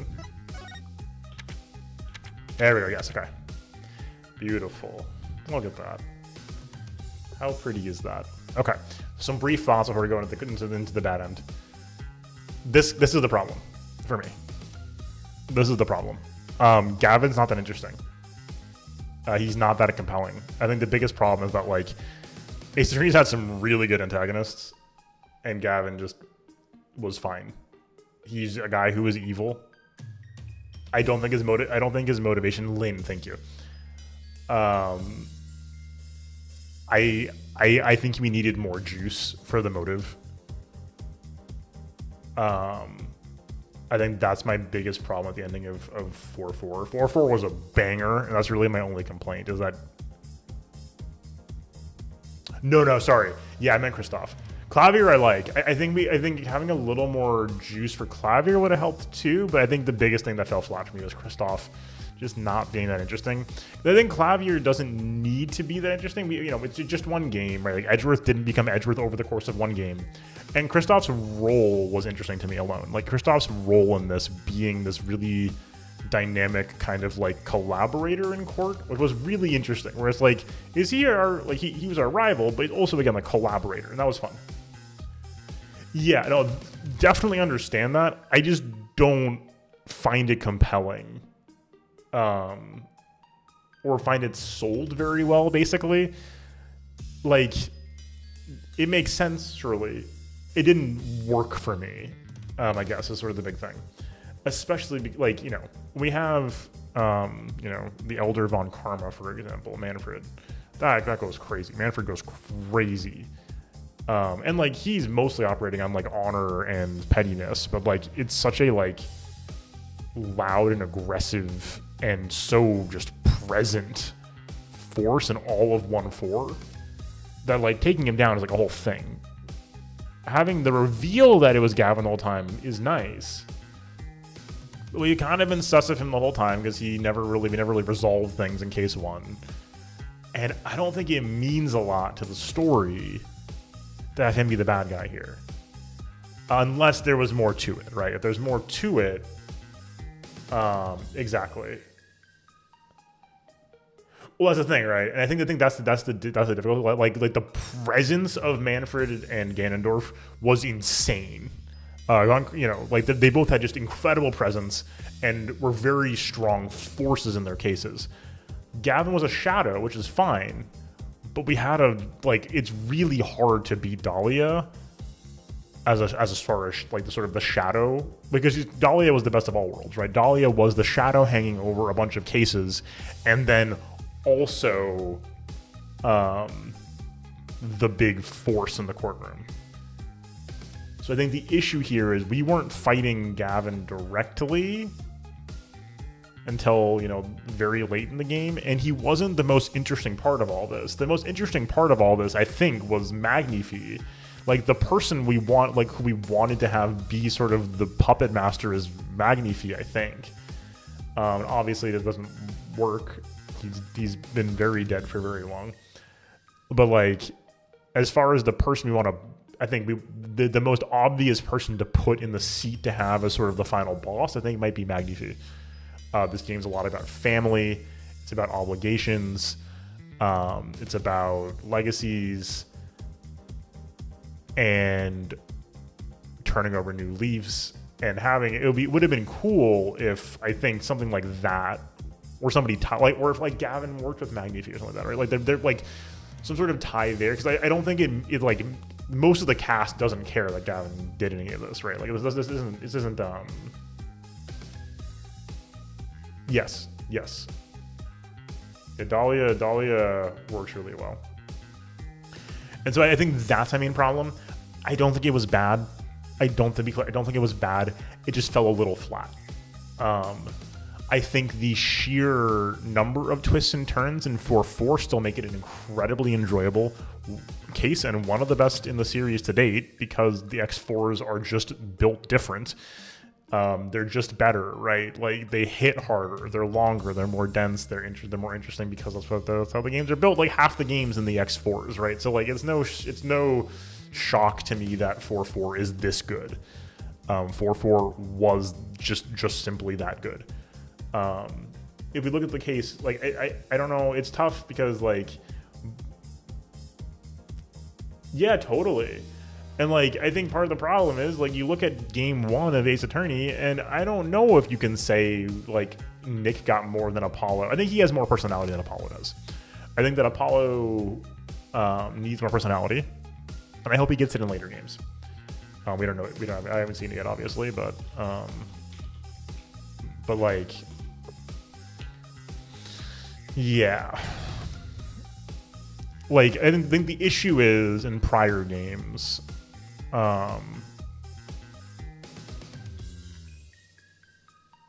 is that, like, yeah, it's tough. What was Farewell I turned about again? I'm just zipping through real quick. Oh God, right. Yeah, it's very much on the table. Yes, 100%. I think that's the big thing, is that, like, the Edgeworth-Phoenix relationship is, of course, that's like a historically good game relationship. This is these are the boys. This is the real stuff, right? I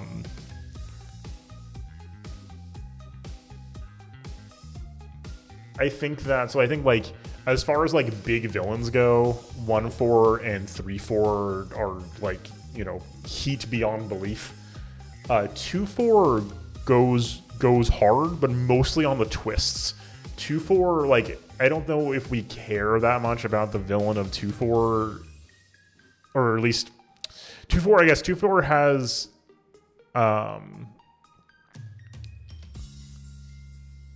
has a couple things, which is that yes, exactly. If the Kristoff and Apollo dynamic had been emphasized more, because, like, 2-4 works so well because 2-4 is all about these insane twists and about the dynamic of the courtroom itself, and it's about Edgeworth and Francisca, right? Yeah, like, we just need more stuff happening.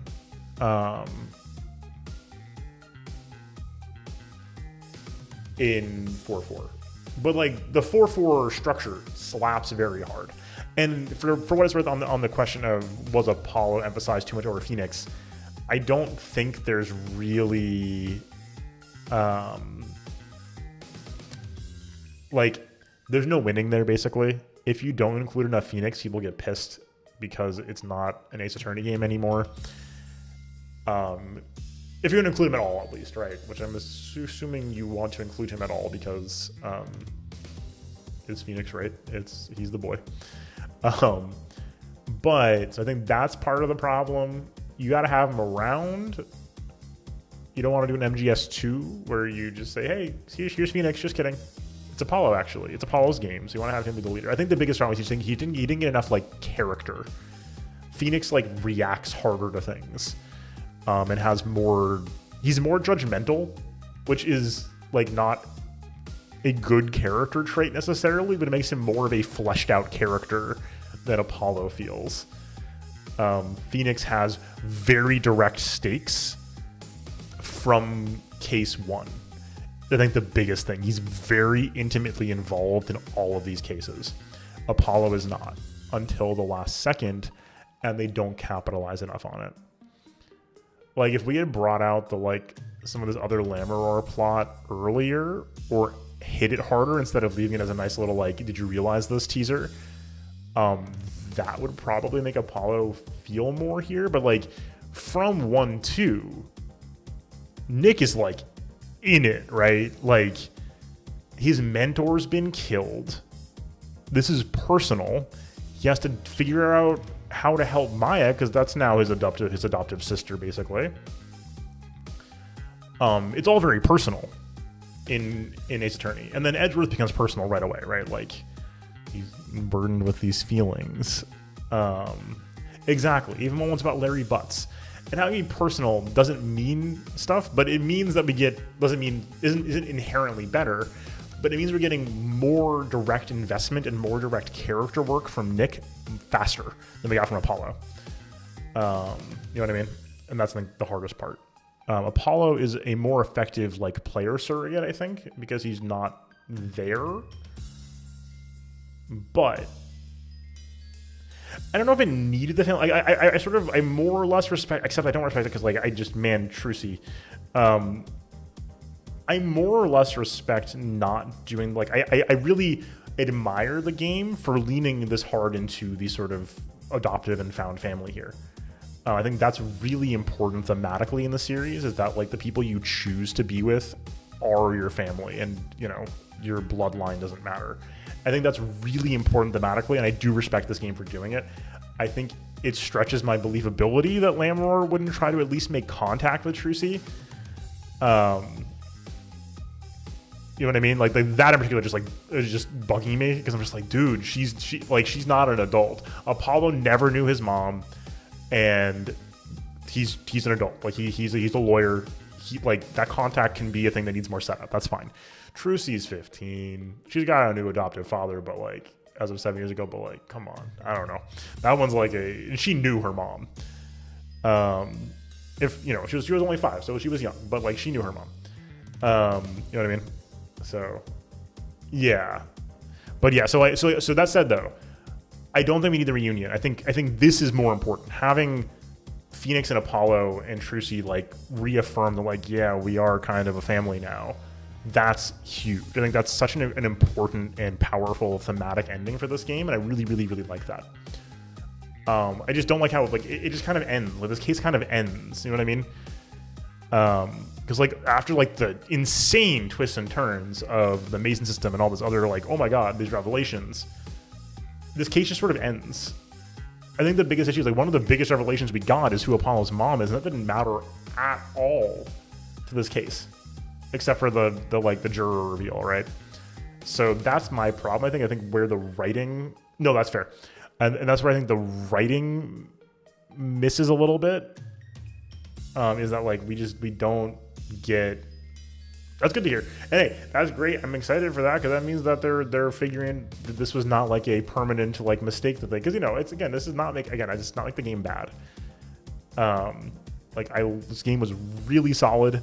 I think its biggest flaws are that it relies a lot on sort of character gimmicks, and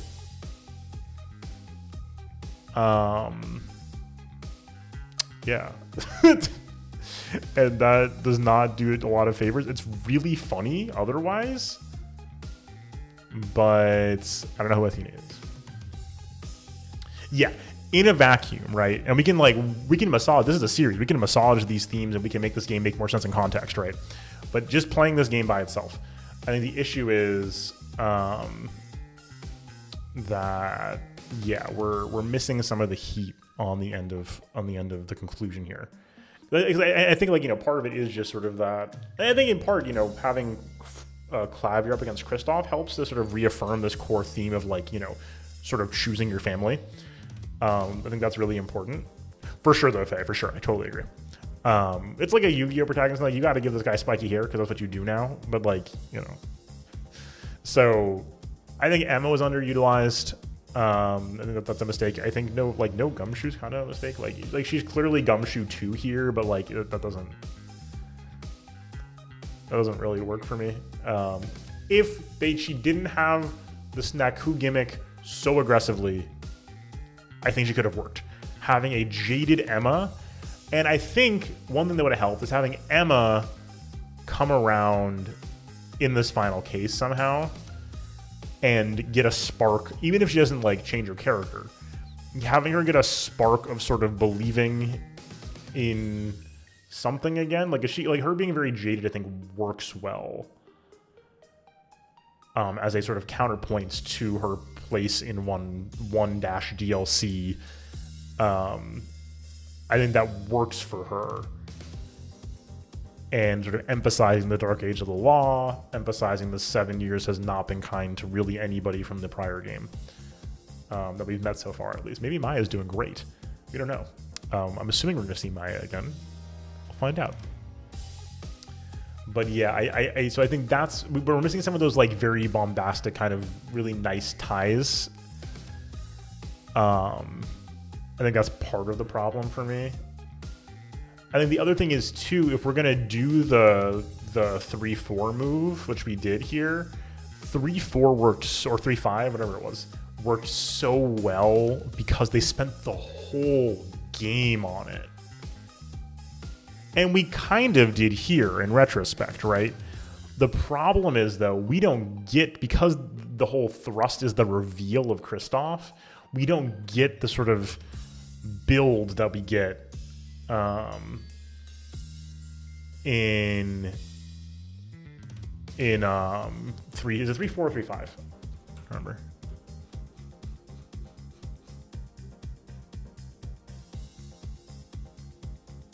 Yeah, 3-5.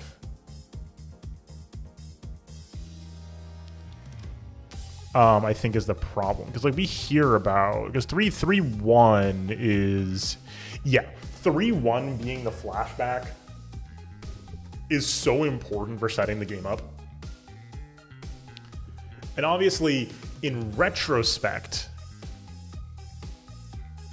4-1 is just like 3-1, right? It's a recapitulation of, yeah, well, for investigate all you want, by the way, but just like let me, keep me out of the future game talk so far, of course. But like all of game 3 is about tying things together, right? Well, what the hell was 3-2 actually? 3-2 was like set up, obviously, right? But oh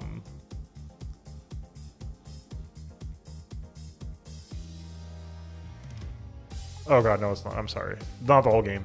1-1, 1-4, 1-5. I mean, sorry, 3-1, 3-4, 3-5. But that's most of the game now. I buried 3-3 in my brain.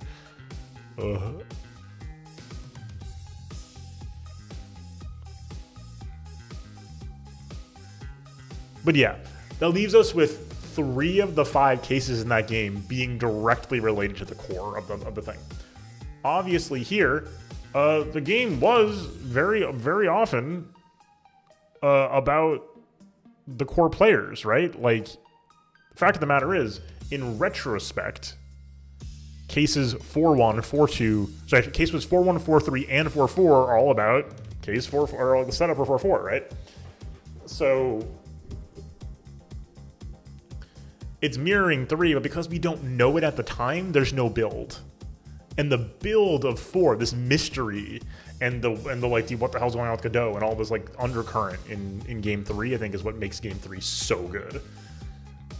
Is that from minute 1 that like there's something messed up going on here. But Dahlia, the Dahlia, like Dahlia works dramatically better than Kristoff does, is my feeling. I think it's sort of the long and short. The way they work Dahlia in TT is just much stronger than Kristoff has worked in Apollo Justice. That's my main complaint here. So yeah, all that said, strong cases on the whole. 4-1 is maybe the best first case we've had so far. Yeah, Emma would have been good. I do think Emma still works here as a side character.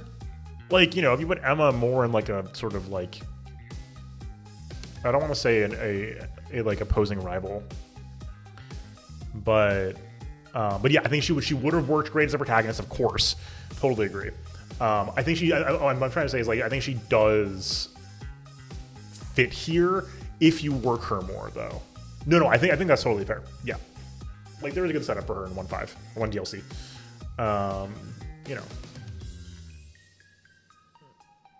So, but anyway, that's good stuff. Yeah, like, I think so. 4-1 might be one of the best, might be the best first case. I'm trying to think, because it's not 1-1 or 2-1, and 3-1 is really good, but it's not really something in a vacuum. Like 4-1 goes crazy. Oh, that would be so based, Aussie. Investigations, Emma Sky. So I think 4-1 might be the best X1. Turnabout Corner is a X3 in disguise, I think, is what where I've landed. But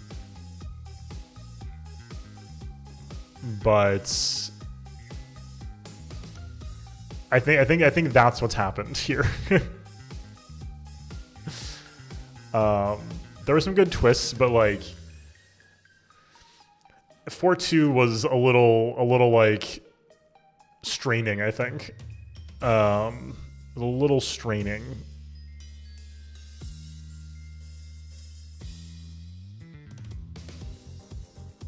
Now, aside from we're going to play this video 70,000 times in 4-3, 4-3 went crazy. Really strong case, great twists, really wild up and downs, good evidence, good set pieces. Like, it was a strong case. And fun mechanics, like the music board, that was sick.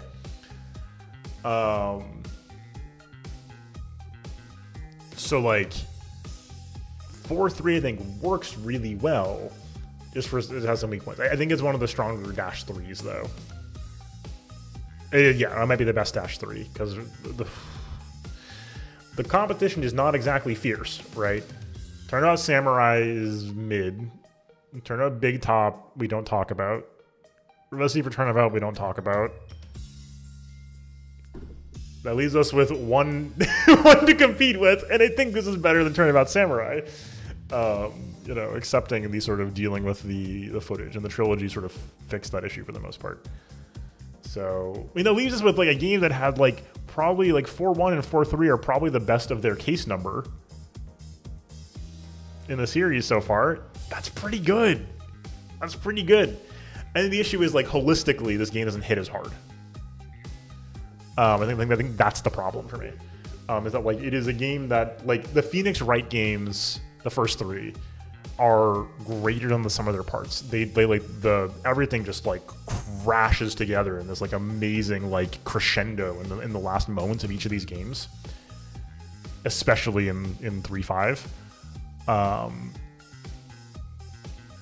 And we don't have that as much here. The Mason system is sort of what it feels like, which is why it's like a little disappointing that the game like kind of does this. I think maybe that's the problem, is like it's almost good enough just to end it in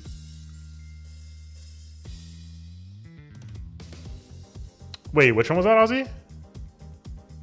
Was that one of the future games? Yeah, okay, yeah. I remember this now. Yeah, like this is a really strong case 1 and case 3. That's crazy. That's crazy. That's there were 3 really good games before this. But yeah, I think the issue is maybe with Apollo Justice is that is a game that is again does not have the kind of like greater than the sum of its parts. I don't think it's less than the sum of its parts. I think it is the sum of its parts more or less. Like the Mason system is almost the moment that like beautiful, like everything comes together, that there's like this thematic crescendo. It's all, we're firing on all cylinders, everybody's hyped, character arcs are colliding. We're almost there, but it doesn't quite come together the same way. I think that's the problem with this game, or you know, problem. That's sort of the weak point, is that it doesn't quite come together as well as these sort of incredible moments in the first 3 games. Because the first 3 games have these just like insane moments. You know, 1-4 is this like beautiful thing of, you know, the past and the present coming together. Edgeworth and Phoenix, like it just hits. It's all about them.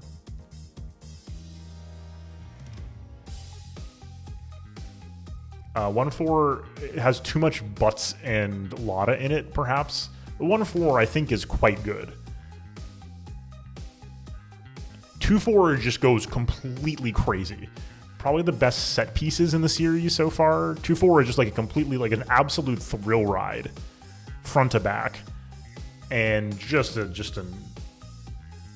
absurd amount of just like stuff happening and these insane moments for Franziska and Gumshoe. And then the ending is fantastic. Yeah, exactly, right? Like 2-4's got these just crazy moments. There's so much stress with the kidnapping and everything we have, just so much going on. Really dense case too. There's just a lot happening. And also, you know, this whole crazy thing, with the Will of D, and this crazy thing with our first truly challenging client, which is a huge subversion, right? There's just so much going on in 2-4. It's crazy.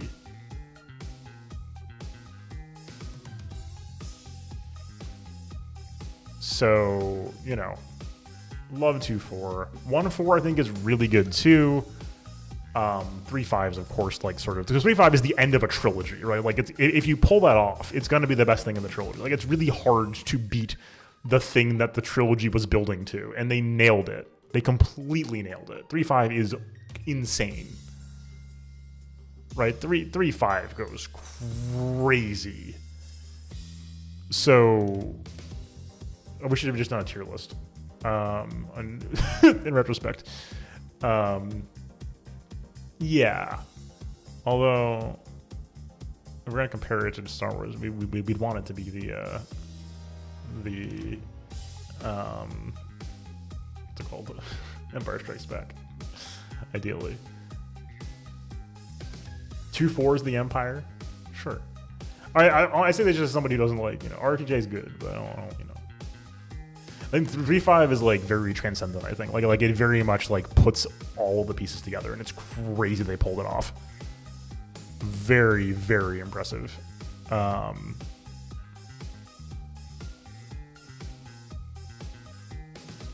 Like just it's the whole series comes together there. Yeah, extremely valid. Like some of the wildest investigations in the series too. Like there are just so many scenes. The Karain Mountain's such a phenomenal setting, or the whatever they call it, the sacred cavern and everything. I'm just scrolling through. Like it just, oh man. Then we have the whole confrontation and the the exorcisms and the like there's just so much. The Godot stuff, like there's just so much that happens in 3-5. It's crazy. That was a great temple, thank you.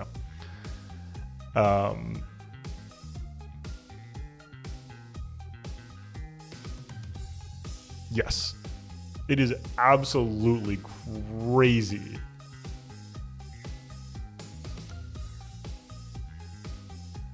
So all this to say, the fact that Turnabout Succession didn't quite live up to 2-4 and 3-5 is not a huge failing. And again, the Mason sequence is one of my favorite parts of the series, probably. So like that was a banger. It was so much. It was so cool, so much fun, so much intensity, so many reveals. Like it was really slick, really fun, really really cool, great tone. Like they killed it. So like that was great, really really cool. One of the most memorable parts of the series. But it's not the whole case, and the whole case I think has a lot of other lifting to do, and it didn't quite come together well. I don't think. I think in part the sort of the bridge from Mason back to the present wasn't executed super well. Because like I said, I don't care what mechanics it operates on, but I think the issue is narratively we didn't tie it enough to Apollo. Like Phoenix is the one running the show there, and we don't really get it back to Apollo in that courtroom. Yeah. Succession is the game itself, I think, is not less than the sum of its parts. Succession is, though, is very much less than the sum of its parts. Just does not come together. It's not bad, and the parts all work. It just doesn't quite get it. So that's my takes. The game is good. I'm frustrated by some of the comedic bits as usual, but we know that. It's not as bad as it could have been. They're mostly just tedious, I think. And that's okay. We survived those. The writing was overall great. Apollo's a little disappointing, but let him cook. This is more or less how I'm feeling so far. Disappointing, but let him cook. Thank God. Dr. Hottie is gone. Crab emoji. Brushel is gone. So yeah, Brushel was actually like a really cool character. He just redo all of his sprites. Is all I like, just from the ground up, redesign the character. Oh, thank God. So true. The Steel Samurai director. We'll never see him again. Thank God. Oh my God. Yeah. Yes, Dr. Recipe for Rod finally. Finally. Please. Good headcanon. So that's basically what I got. I like Clavier. I want to cook him and Apollo more. I want them both to cook more. They have great potential, but they have not reached it yet. To be clear, I genuinely do not know where we go from here. I don't know how much Apollo shows up after this. I don't know how much Phoenix Wright shows up after this. I don't know how much Edgeworth shows up. I genuinely don't know. So I'm excited to see Phoenix's silhouette on the next 2 games. I'm assuming he's going to be present and re-lawyering, which I'm excited about. I'm hoping we see more of Maya, because it was weird not having her show up at all this game or hear from her at all this game. But again, this wasn't Phoenix's game. So, you know, I do think at the end of things, very solid game. Really enjoyed it. You know, there's a lot to like here. And yeah, I mean, I'm going to assume, given Maya's here, we'll see her. Unsatisfying. That's great. We love to see that. Yeah, we don't know who some of these people are, so I'm excited. There's a lot of people that are not familiar to us yet. Apollo is, of course, and Kristoff is. I mean, and Clavier is, and Emma is, and Lammeror is. But we haven't met, well, I'm assuming is Athena. We don't know who this is, unless that's Kristoff. Might be Kristoff in the background here. New characters, new character, new question mark character, new character, new character, new character. More like spiritualist, which is kind of interesting to see. A little surprising. So yeah, I'm excited. We got some stuff to do. I'm very much looking forward to it.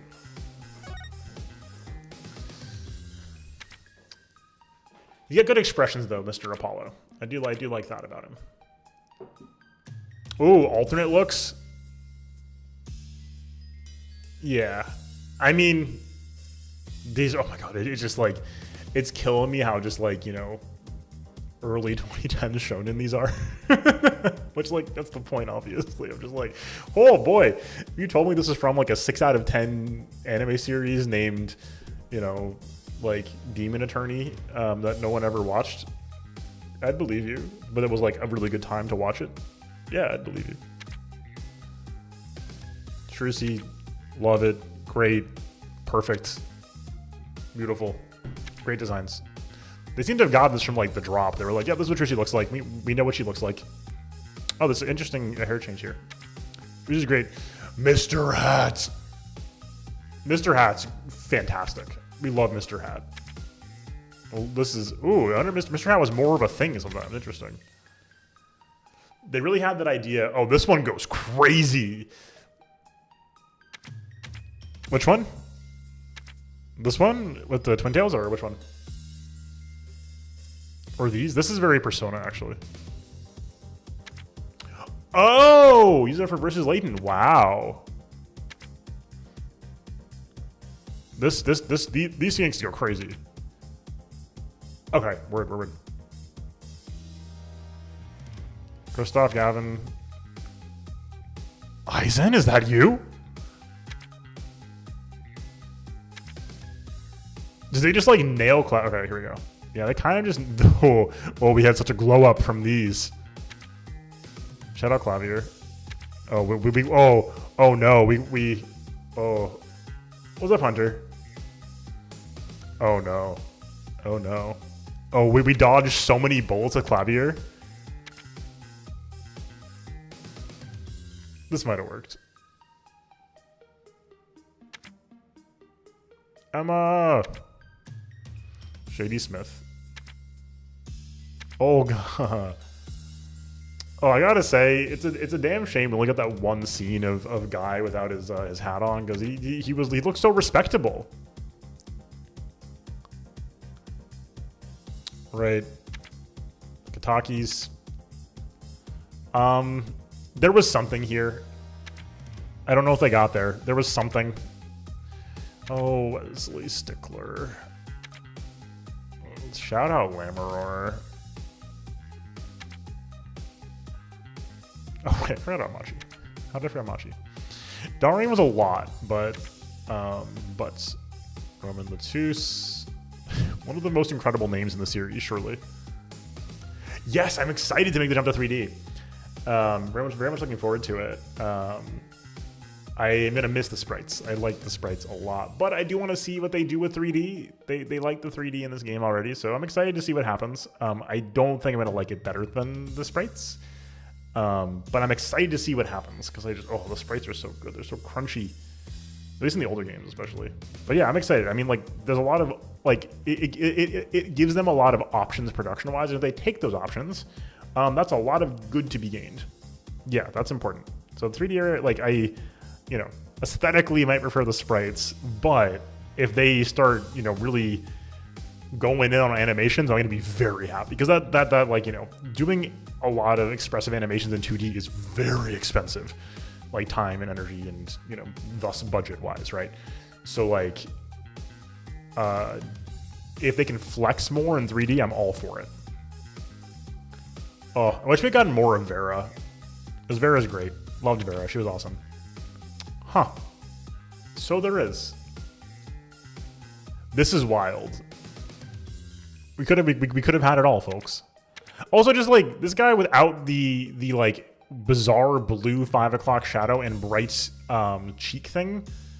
This guy is dramatically more like this guy. Yes, right here. This Spark Brushel. He's like a little like sleazy, but like he's got the kind of like cartoon grimace going. Like I like that. Vallant's hair has always been weird. Yo! We lost so badly. We lost.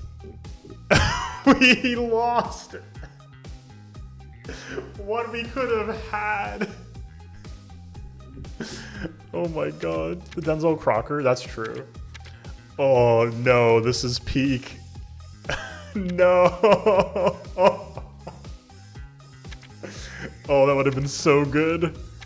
It would have been so easy to believe he killed Magnifi. Oh my god, it would have been so easy to believe to suss him.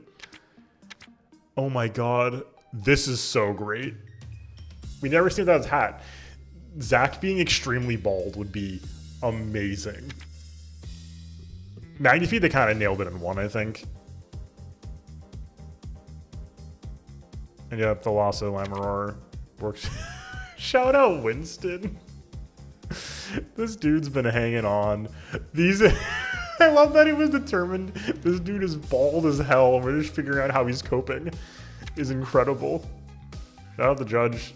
Ooh, this man's ready to square up. This guy is ready to throw down. No. Out of my sight. Hi, Gumshoe. I miss you. Wonderful. All the CGs. Okay, great. Oh, look at that. Background's beautiful. Oh, what a game. What a game. Key art, guidebook, love it. The guidebook. Remember guidebooks? Yeah, this case was certainly something. Yeah, this was an X3 in disguise. That's my final take. This was a good X3 though. And this went crazy. 4 went crazy. It's not crazy enough, but it did go crazy. Judging purely by these thumbnails, what the hell is going on in Spirit of Justice? I'm excited. So yeah, next time we're going to go do this. I'm excited. I like her little necklace.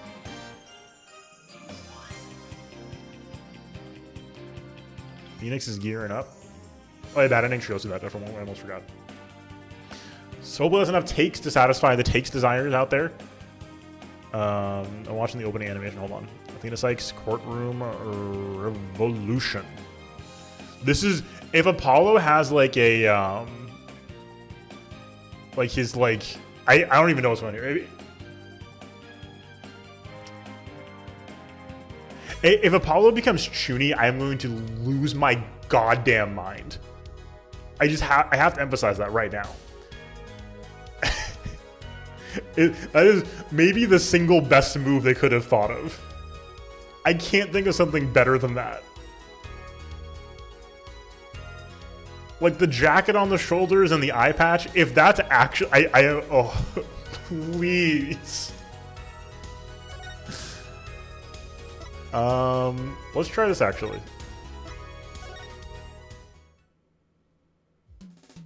Not quite, okay. There's 6 apiece. Oh my god, right, okay, because yeah, there's DLC and stuff, right?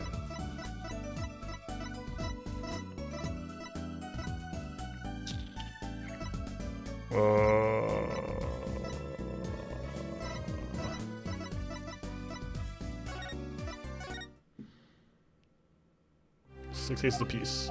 Okay. Oh, the game. Oh, this is great. The game marks it as having been read. Interesting. So yeah, this is the smallest part of the of the trilogy apparently. 5-speed smoother sailing though. Interesting. Okay. Hyperspeed in this is really funny. Well, it's handholdy. Okay.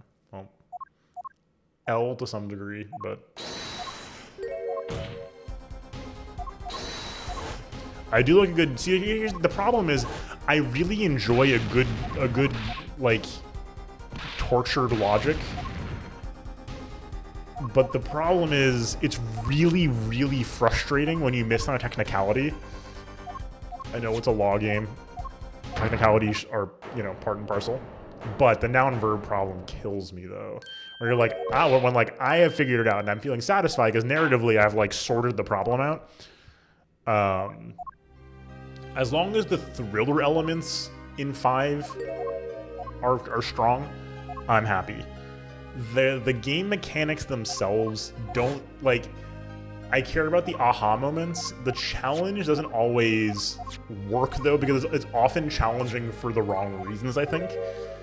So if 5 ends up being smoother sailing, but the narrative still works, I'm happy.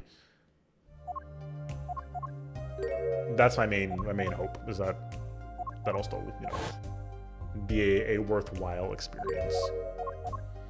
I started like pop off for 30 years talking about it, but I did like this a lot, and I think this series is very. There's just so much to talk about. You know, there's so much to talk about.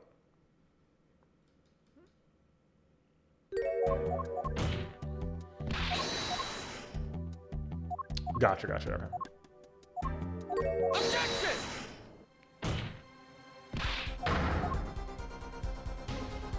I will say I do miss the really crunchy, super deep Manfred von Karma objection. I think about that sometimes. Objection! Really good. Really good. Objection! Objection!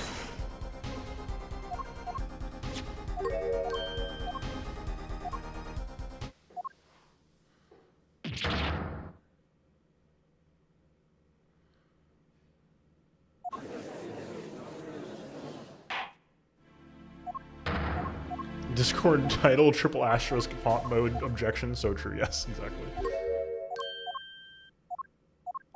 Oh, that's nice, Ozzy. I like that. Okay.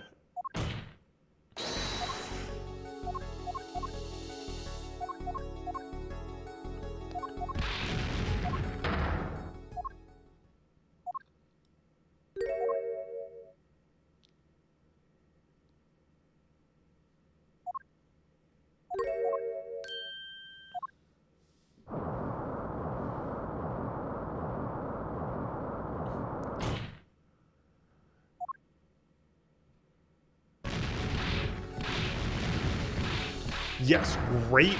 I think it makes this game read better. I think this game is even weaker than I've described it. not that I'm saying it's weak, but like that, like I said, a lot of the thematics kind of didn't come together. I think it's even worse than that if we don't have the Arcades of the Law in play, which is rough. Again, I think the biggest wrong thing is like it doesn't come together. If we're not cued into that early in this game, which we were this time, and that worked really well for us, that wouldn't have hit as hard here, and this worked really well throughout these cases. Okay, so now we're at the bad end and find Vera Measham guilty, which is very sad. I don't want to do this, but we should go through it. Juror number 6.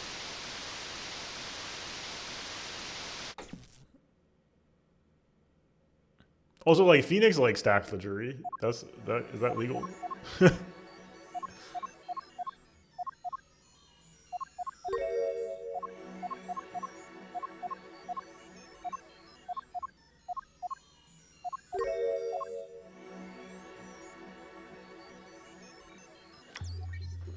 All right.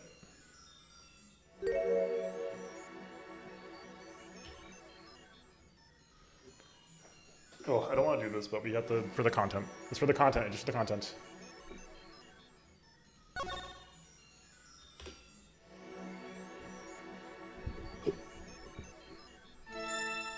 It's for the content, Vera. I'm sorry. This isn't canon. This is not canon.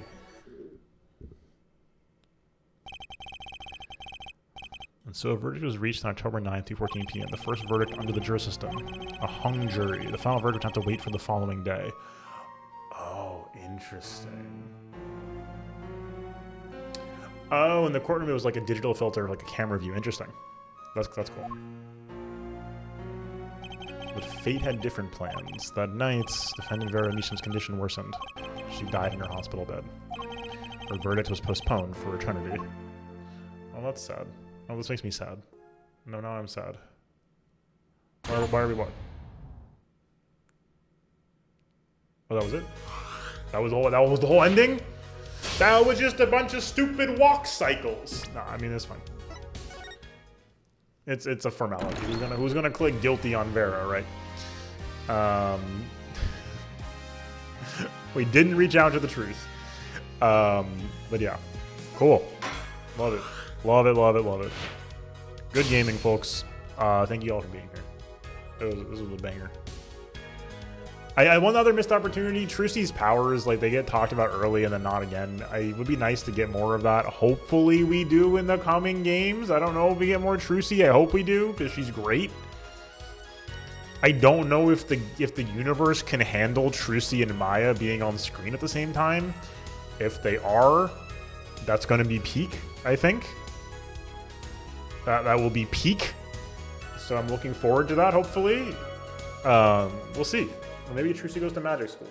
It's true, but like, it would be cool. Well, like, I think part of the dynamic of Phoenix and Maya working so well is having Maya, do her thing, and having Trucy's powers work differently to Apollo's maybe would have been cool. And I guess she was like guiding him early, right? That would have been neat to have Trucy be part of that, I think. The way like Maya was part of everything. So that would have been cool. But hey, here we are. Like I said, next time we'll see whatever the hell is going on here. Costumes. That's a fascinating menu option. I'm excited to see what that means. Looking forward to it. I see Edgeworth in a thumbnail. Okay, this is I'm so ready for this. Costumes are we're done. Based. Nostalgic sweater. No, this goes crazy. The new suit goes crazy on Phoenix. He's so distinguished. And I do actually like the hair.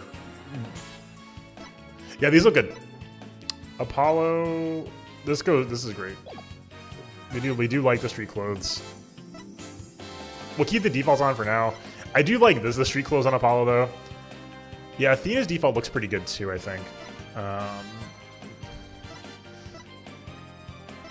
It's punky. That is true. It is true.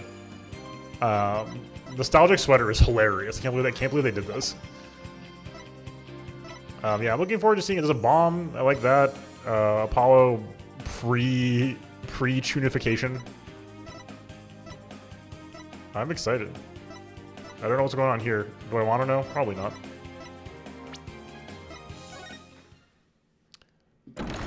Okay.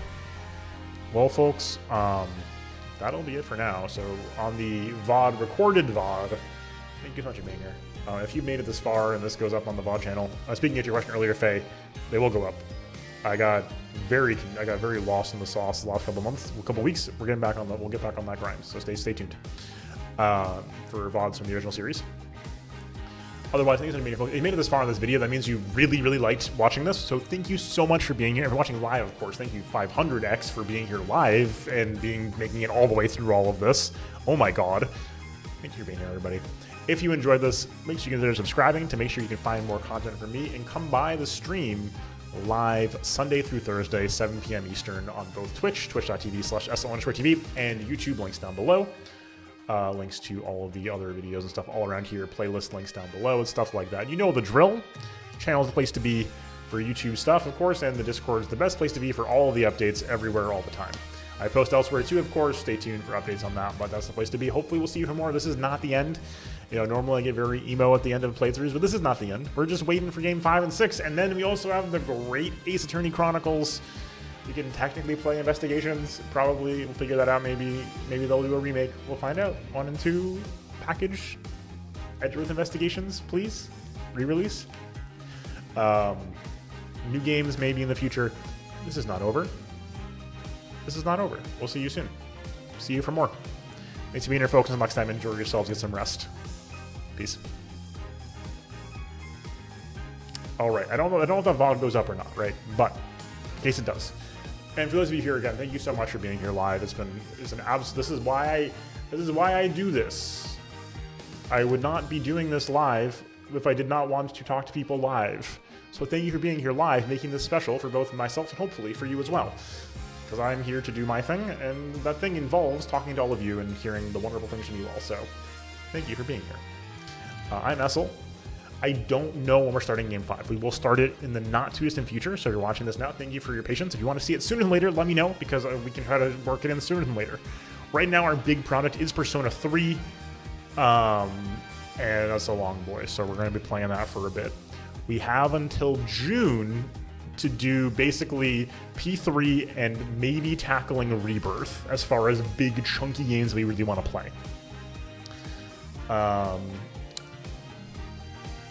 I would like to play Rebirth before I get spoiled on it, basically. I have not gotten spoiled yet. I don't know how long it's going to last. If we get spoiled, we get spoiled. June 14th, bumped up a week now. SMT5 Vengeance. We do not have to play it on stream. I'm leaning towards trying to. It's a good game, but it's a long-ass game, and I don't know how high the interest is. So I don't know about Vengeance. We, of course, are playing the Elden Ring DLC. I'm not a monster. Or I'm not, or I should say I'm only human. Of course I'm going to play it.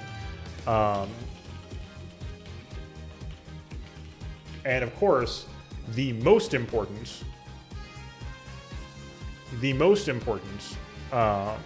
number in our calendars is May 23rd.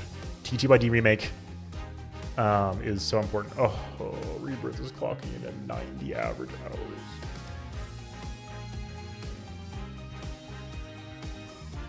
Oh.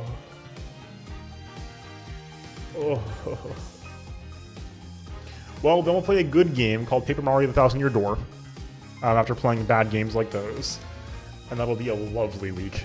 That'll be. I am so ready to just be blissed out of my mind for a week because I love TTYD. TTYD is probably my top 5 all time. I love TTYD. It is such a remarkable game. It's so good.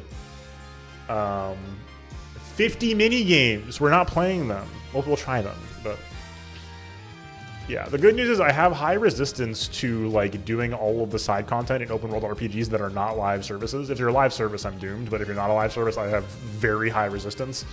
So we will not be taking 90 hours then. Ideally.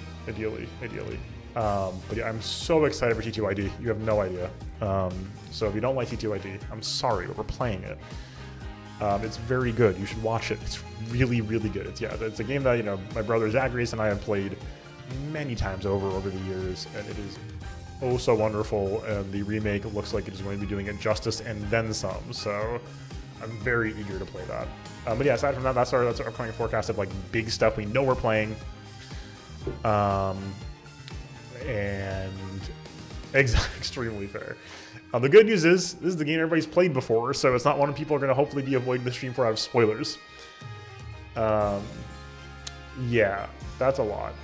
I'm going to probably be on the 8 of 10. It's impressive, but like there's too much game here for Rebirth as a forecast. That's my guess, knowing my proclivities. But we'll see, obviously. We'll see. It's fine. Anything's possible. Anything's possible, of course. But yeah.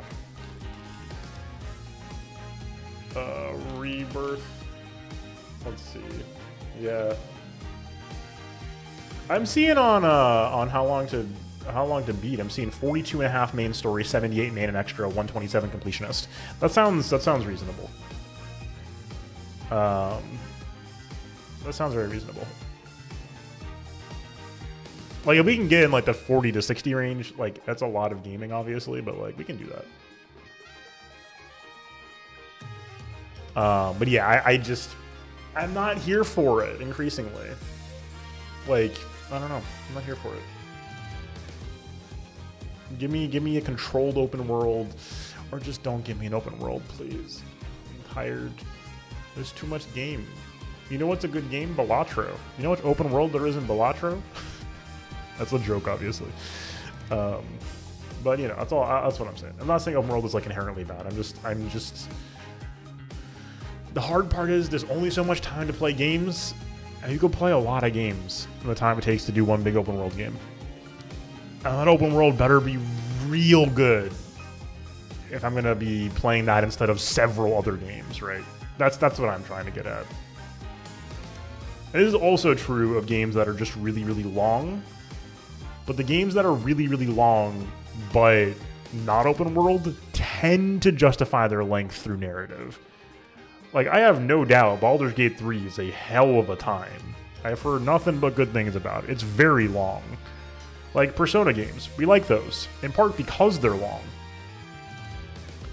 I'm gonna be real with you, Ozzy. I might enjoy replaying FF7 PS1 more than playing Rebirth. I am still, that is one of my biggest surprises in my streaming history. Like genuinely, is that I love FF7 PS1.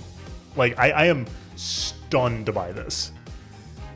After playing OOT and being very whelmed, I was like, this is going to be another one of those where I have to say, no, it's good. I get why people like it, but it's fine. It's a little old. I don't know if I like it. FF6 is better. Even though at the time I played Chrono Trigger, right? So I'd say, you know, Chrono Trigger is way better because it is anyway, but that's a different story. But FF7 is really, really good. And I'm still, like, surprised by this. It's a good-ass game. And it's very playable. It's janky, don't get me wrong. But it's very, like, eminently playable in the modern era. That still shocks me. That game should not be playable. And it is. It's very playable. It's really good. No, what's the take? I mean, we're after the we're post dates turning out. What's the take? If you feel comfortable sharing, at least. 6, yeah, that's fair. 6 is really good too. I like 7. I think I like 7 more. In part because I feel like a lot of the 6 vibe. I mean, I don't know. Like 6 aesthetically is strong, but Chrono Trigger's right there, and Chrono Trigger like is close to being, if not the best game of all time. I feel like Chrono Trigger is like this weird, one of those weird anomalies where it's like they shouldn't have been able to make this game. How did they make this happen? Like, how did you make a game this good? And I don't know. I don't think Square knows, because they tried for the next 20 years to make a game that good. It's incredible. Like it's such a, and again, this is not as like somebody who played it when I was 7. Like I played it like 4 years ago. And it's like remarkable how good that game is. Like it's, you know, and I think, you know, this is how I feel about games that, like, you know, hit that kind of like magical, like how did, like, it's same thing with any media, right? Any art. There's a sense of like the stuff that I find the best is like the stuff that tends to be that kind of like, how did they do this kind of stuff, right? And like, you know, like End of Evangelion, like how did you make that? I don't know if Gainax knows how they made that, right? Like, do they know? Like, do they get what, like, and I think they do, because they made a bunch of movies doing it again and again and again for the next 30 years. I think they know. But it's one of those things, right? Oh, what the heck?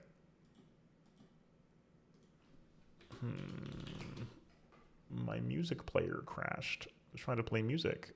Please don't crash again. It didn't crash again. We'll be able to see it. Oh, we gotta not do, hold on. So you know what I mean?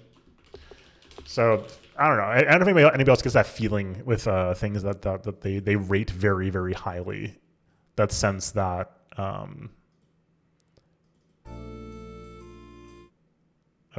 hold on.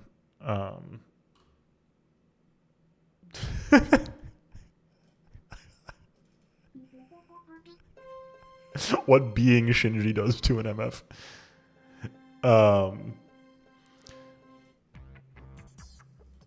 But no, I don't think else has like sort of things that they like as well.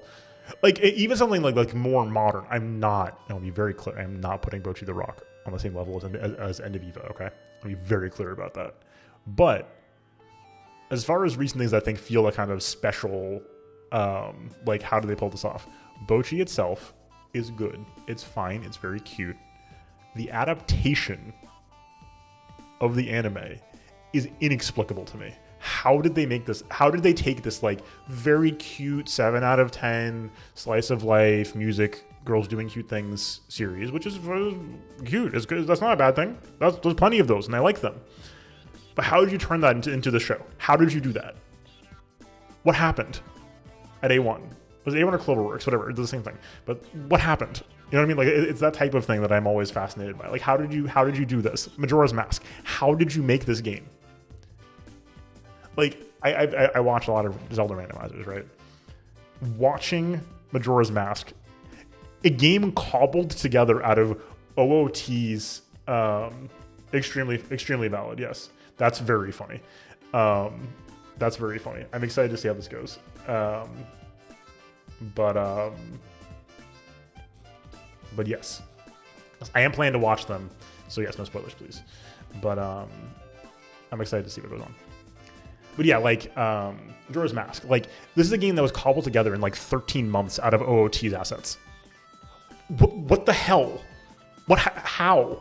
How did you make like this like transcendent? I don't want to say masterpiece because Majora's Mask is a janky game. But like, how did you make this incredible thing out of, you know, in a cave with a box of scraps to use, you know, Iron Man, right? How did you do that? I don't like what?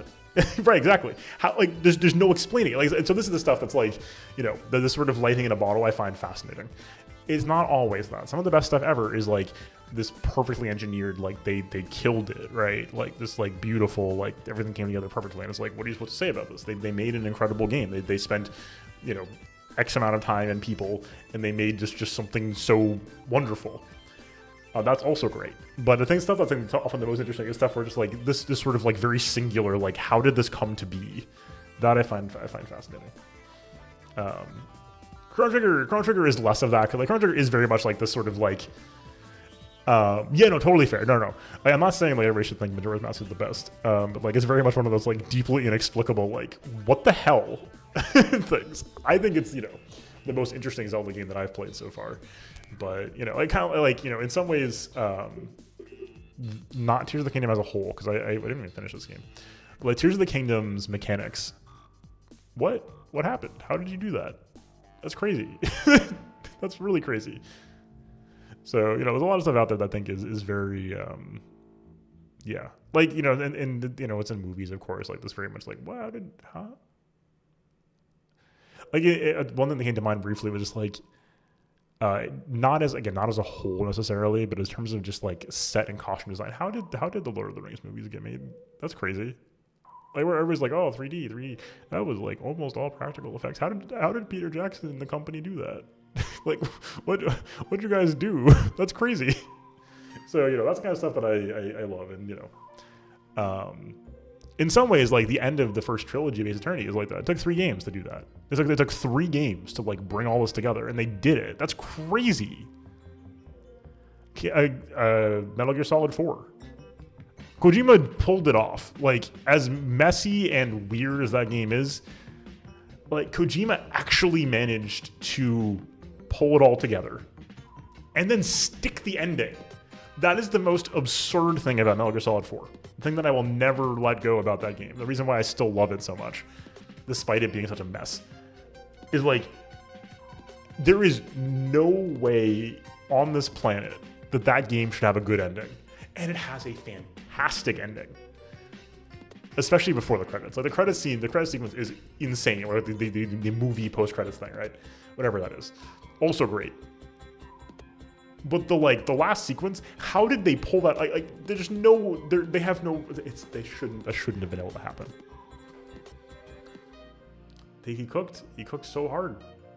Yeah, exactly. It's like this total mess of like mishmash parts and like these bizarre sequences, and it's like half movie and like it's like one of the best. It's like, how did you pull this off? Very like, what are you talking about?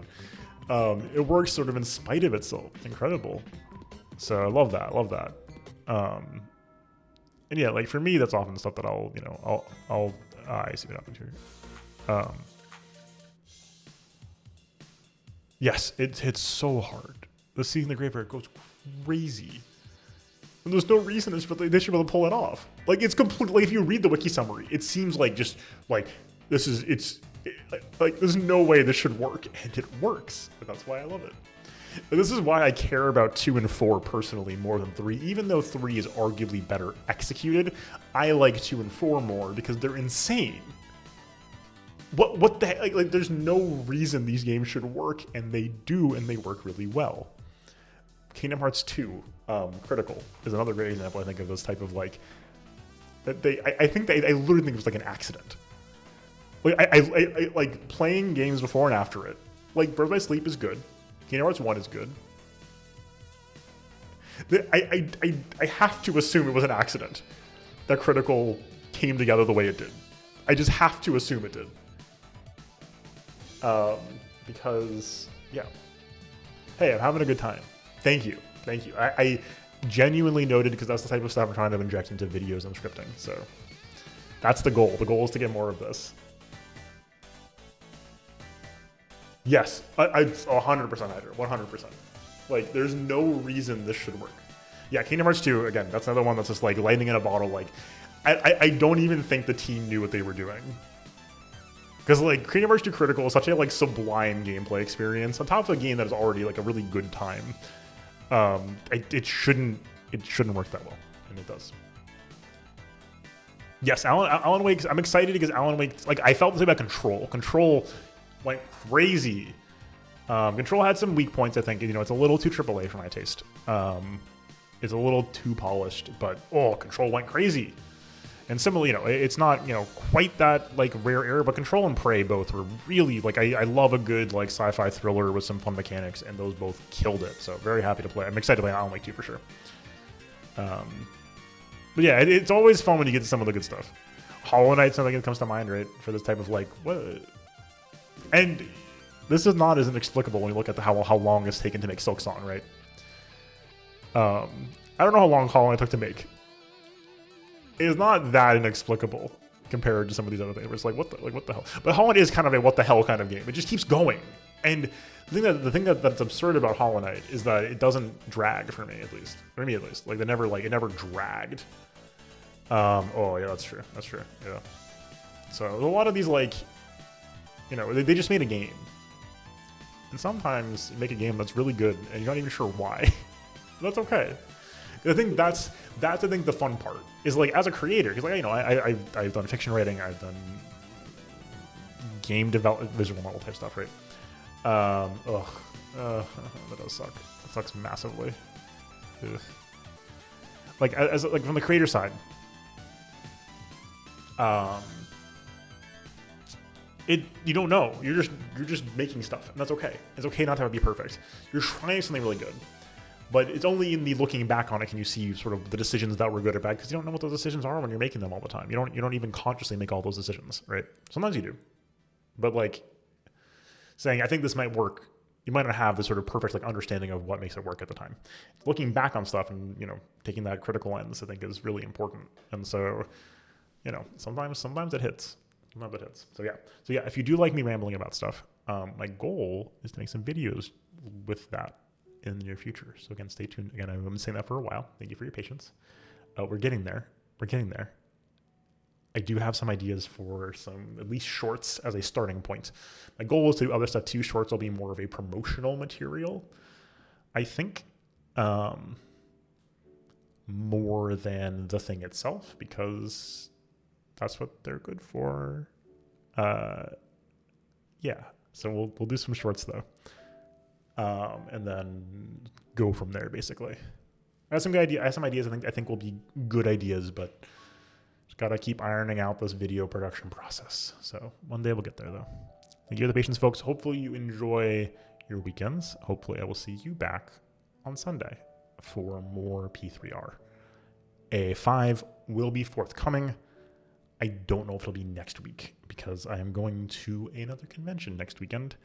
I don't expect that to interrupt. It's in town for me, thankfully, and so I think I'll probably be on Thursday. It might not be a long stream Thursday, but we'll be on Thursday, I think. Stay tuned. But I'll be gone that weekend. I might not be on Sunday. Stay tuned. But yeah, but because of this though, I don't want to, like, mess around with stuff. So we'll just run P3 down Sunday through Wednesday basically, and then we'll see at least through Tuesday. And then if I want to do another thing on Wednesday, we'll figure it out. Anyway, long story short. Thank you for being here. Hopefully I'll see you all very soon. Till next time, enjoy yourselves, get some rest. Peace.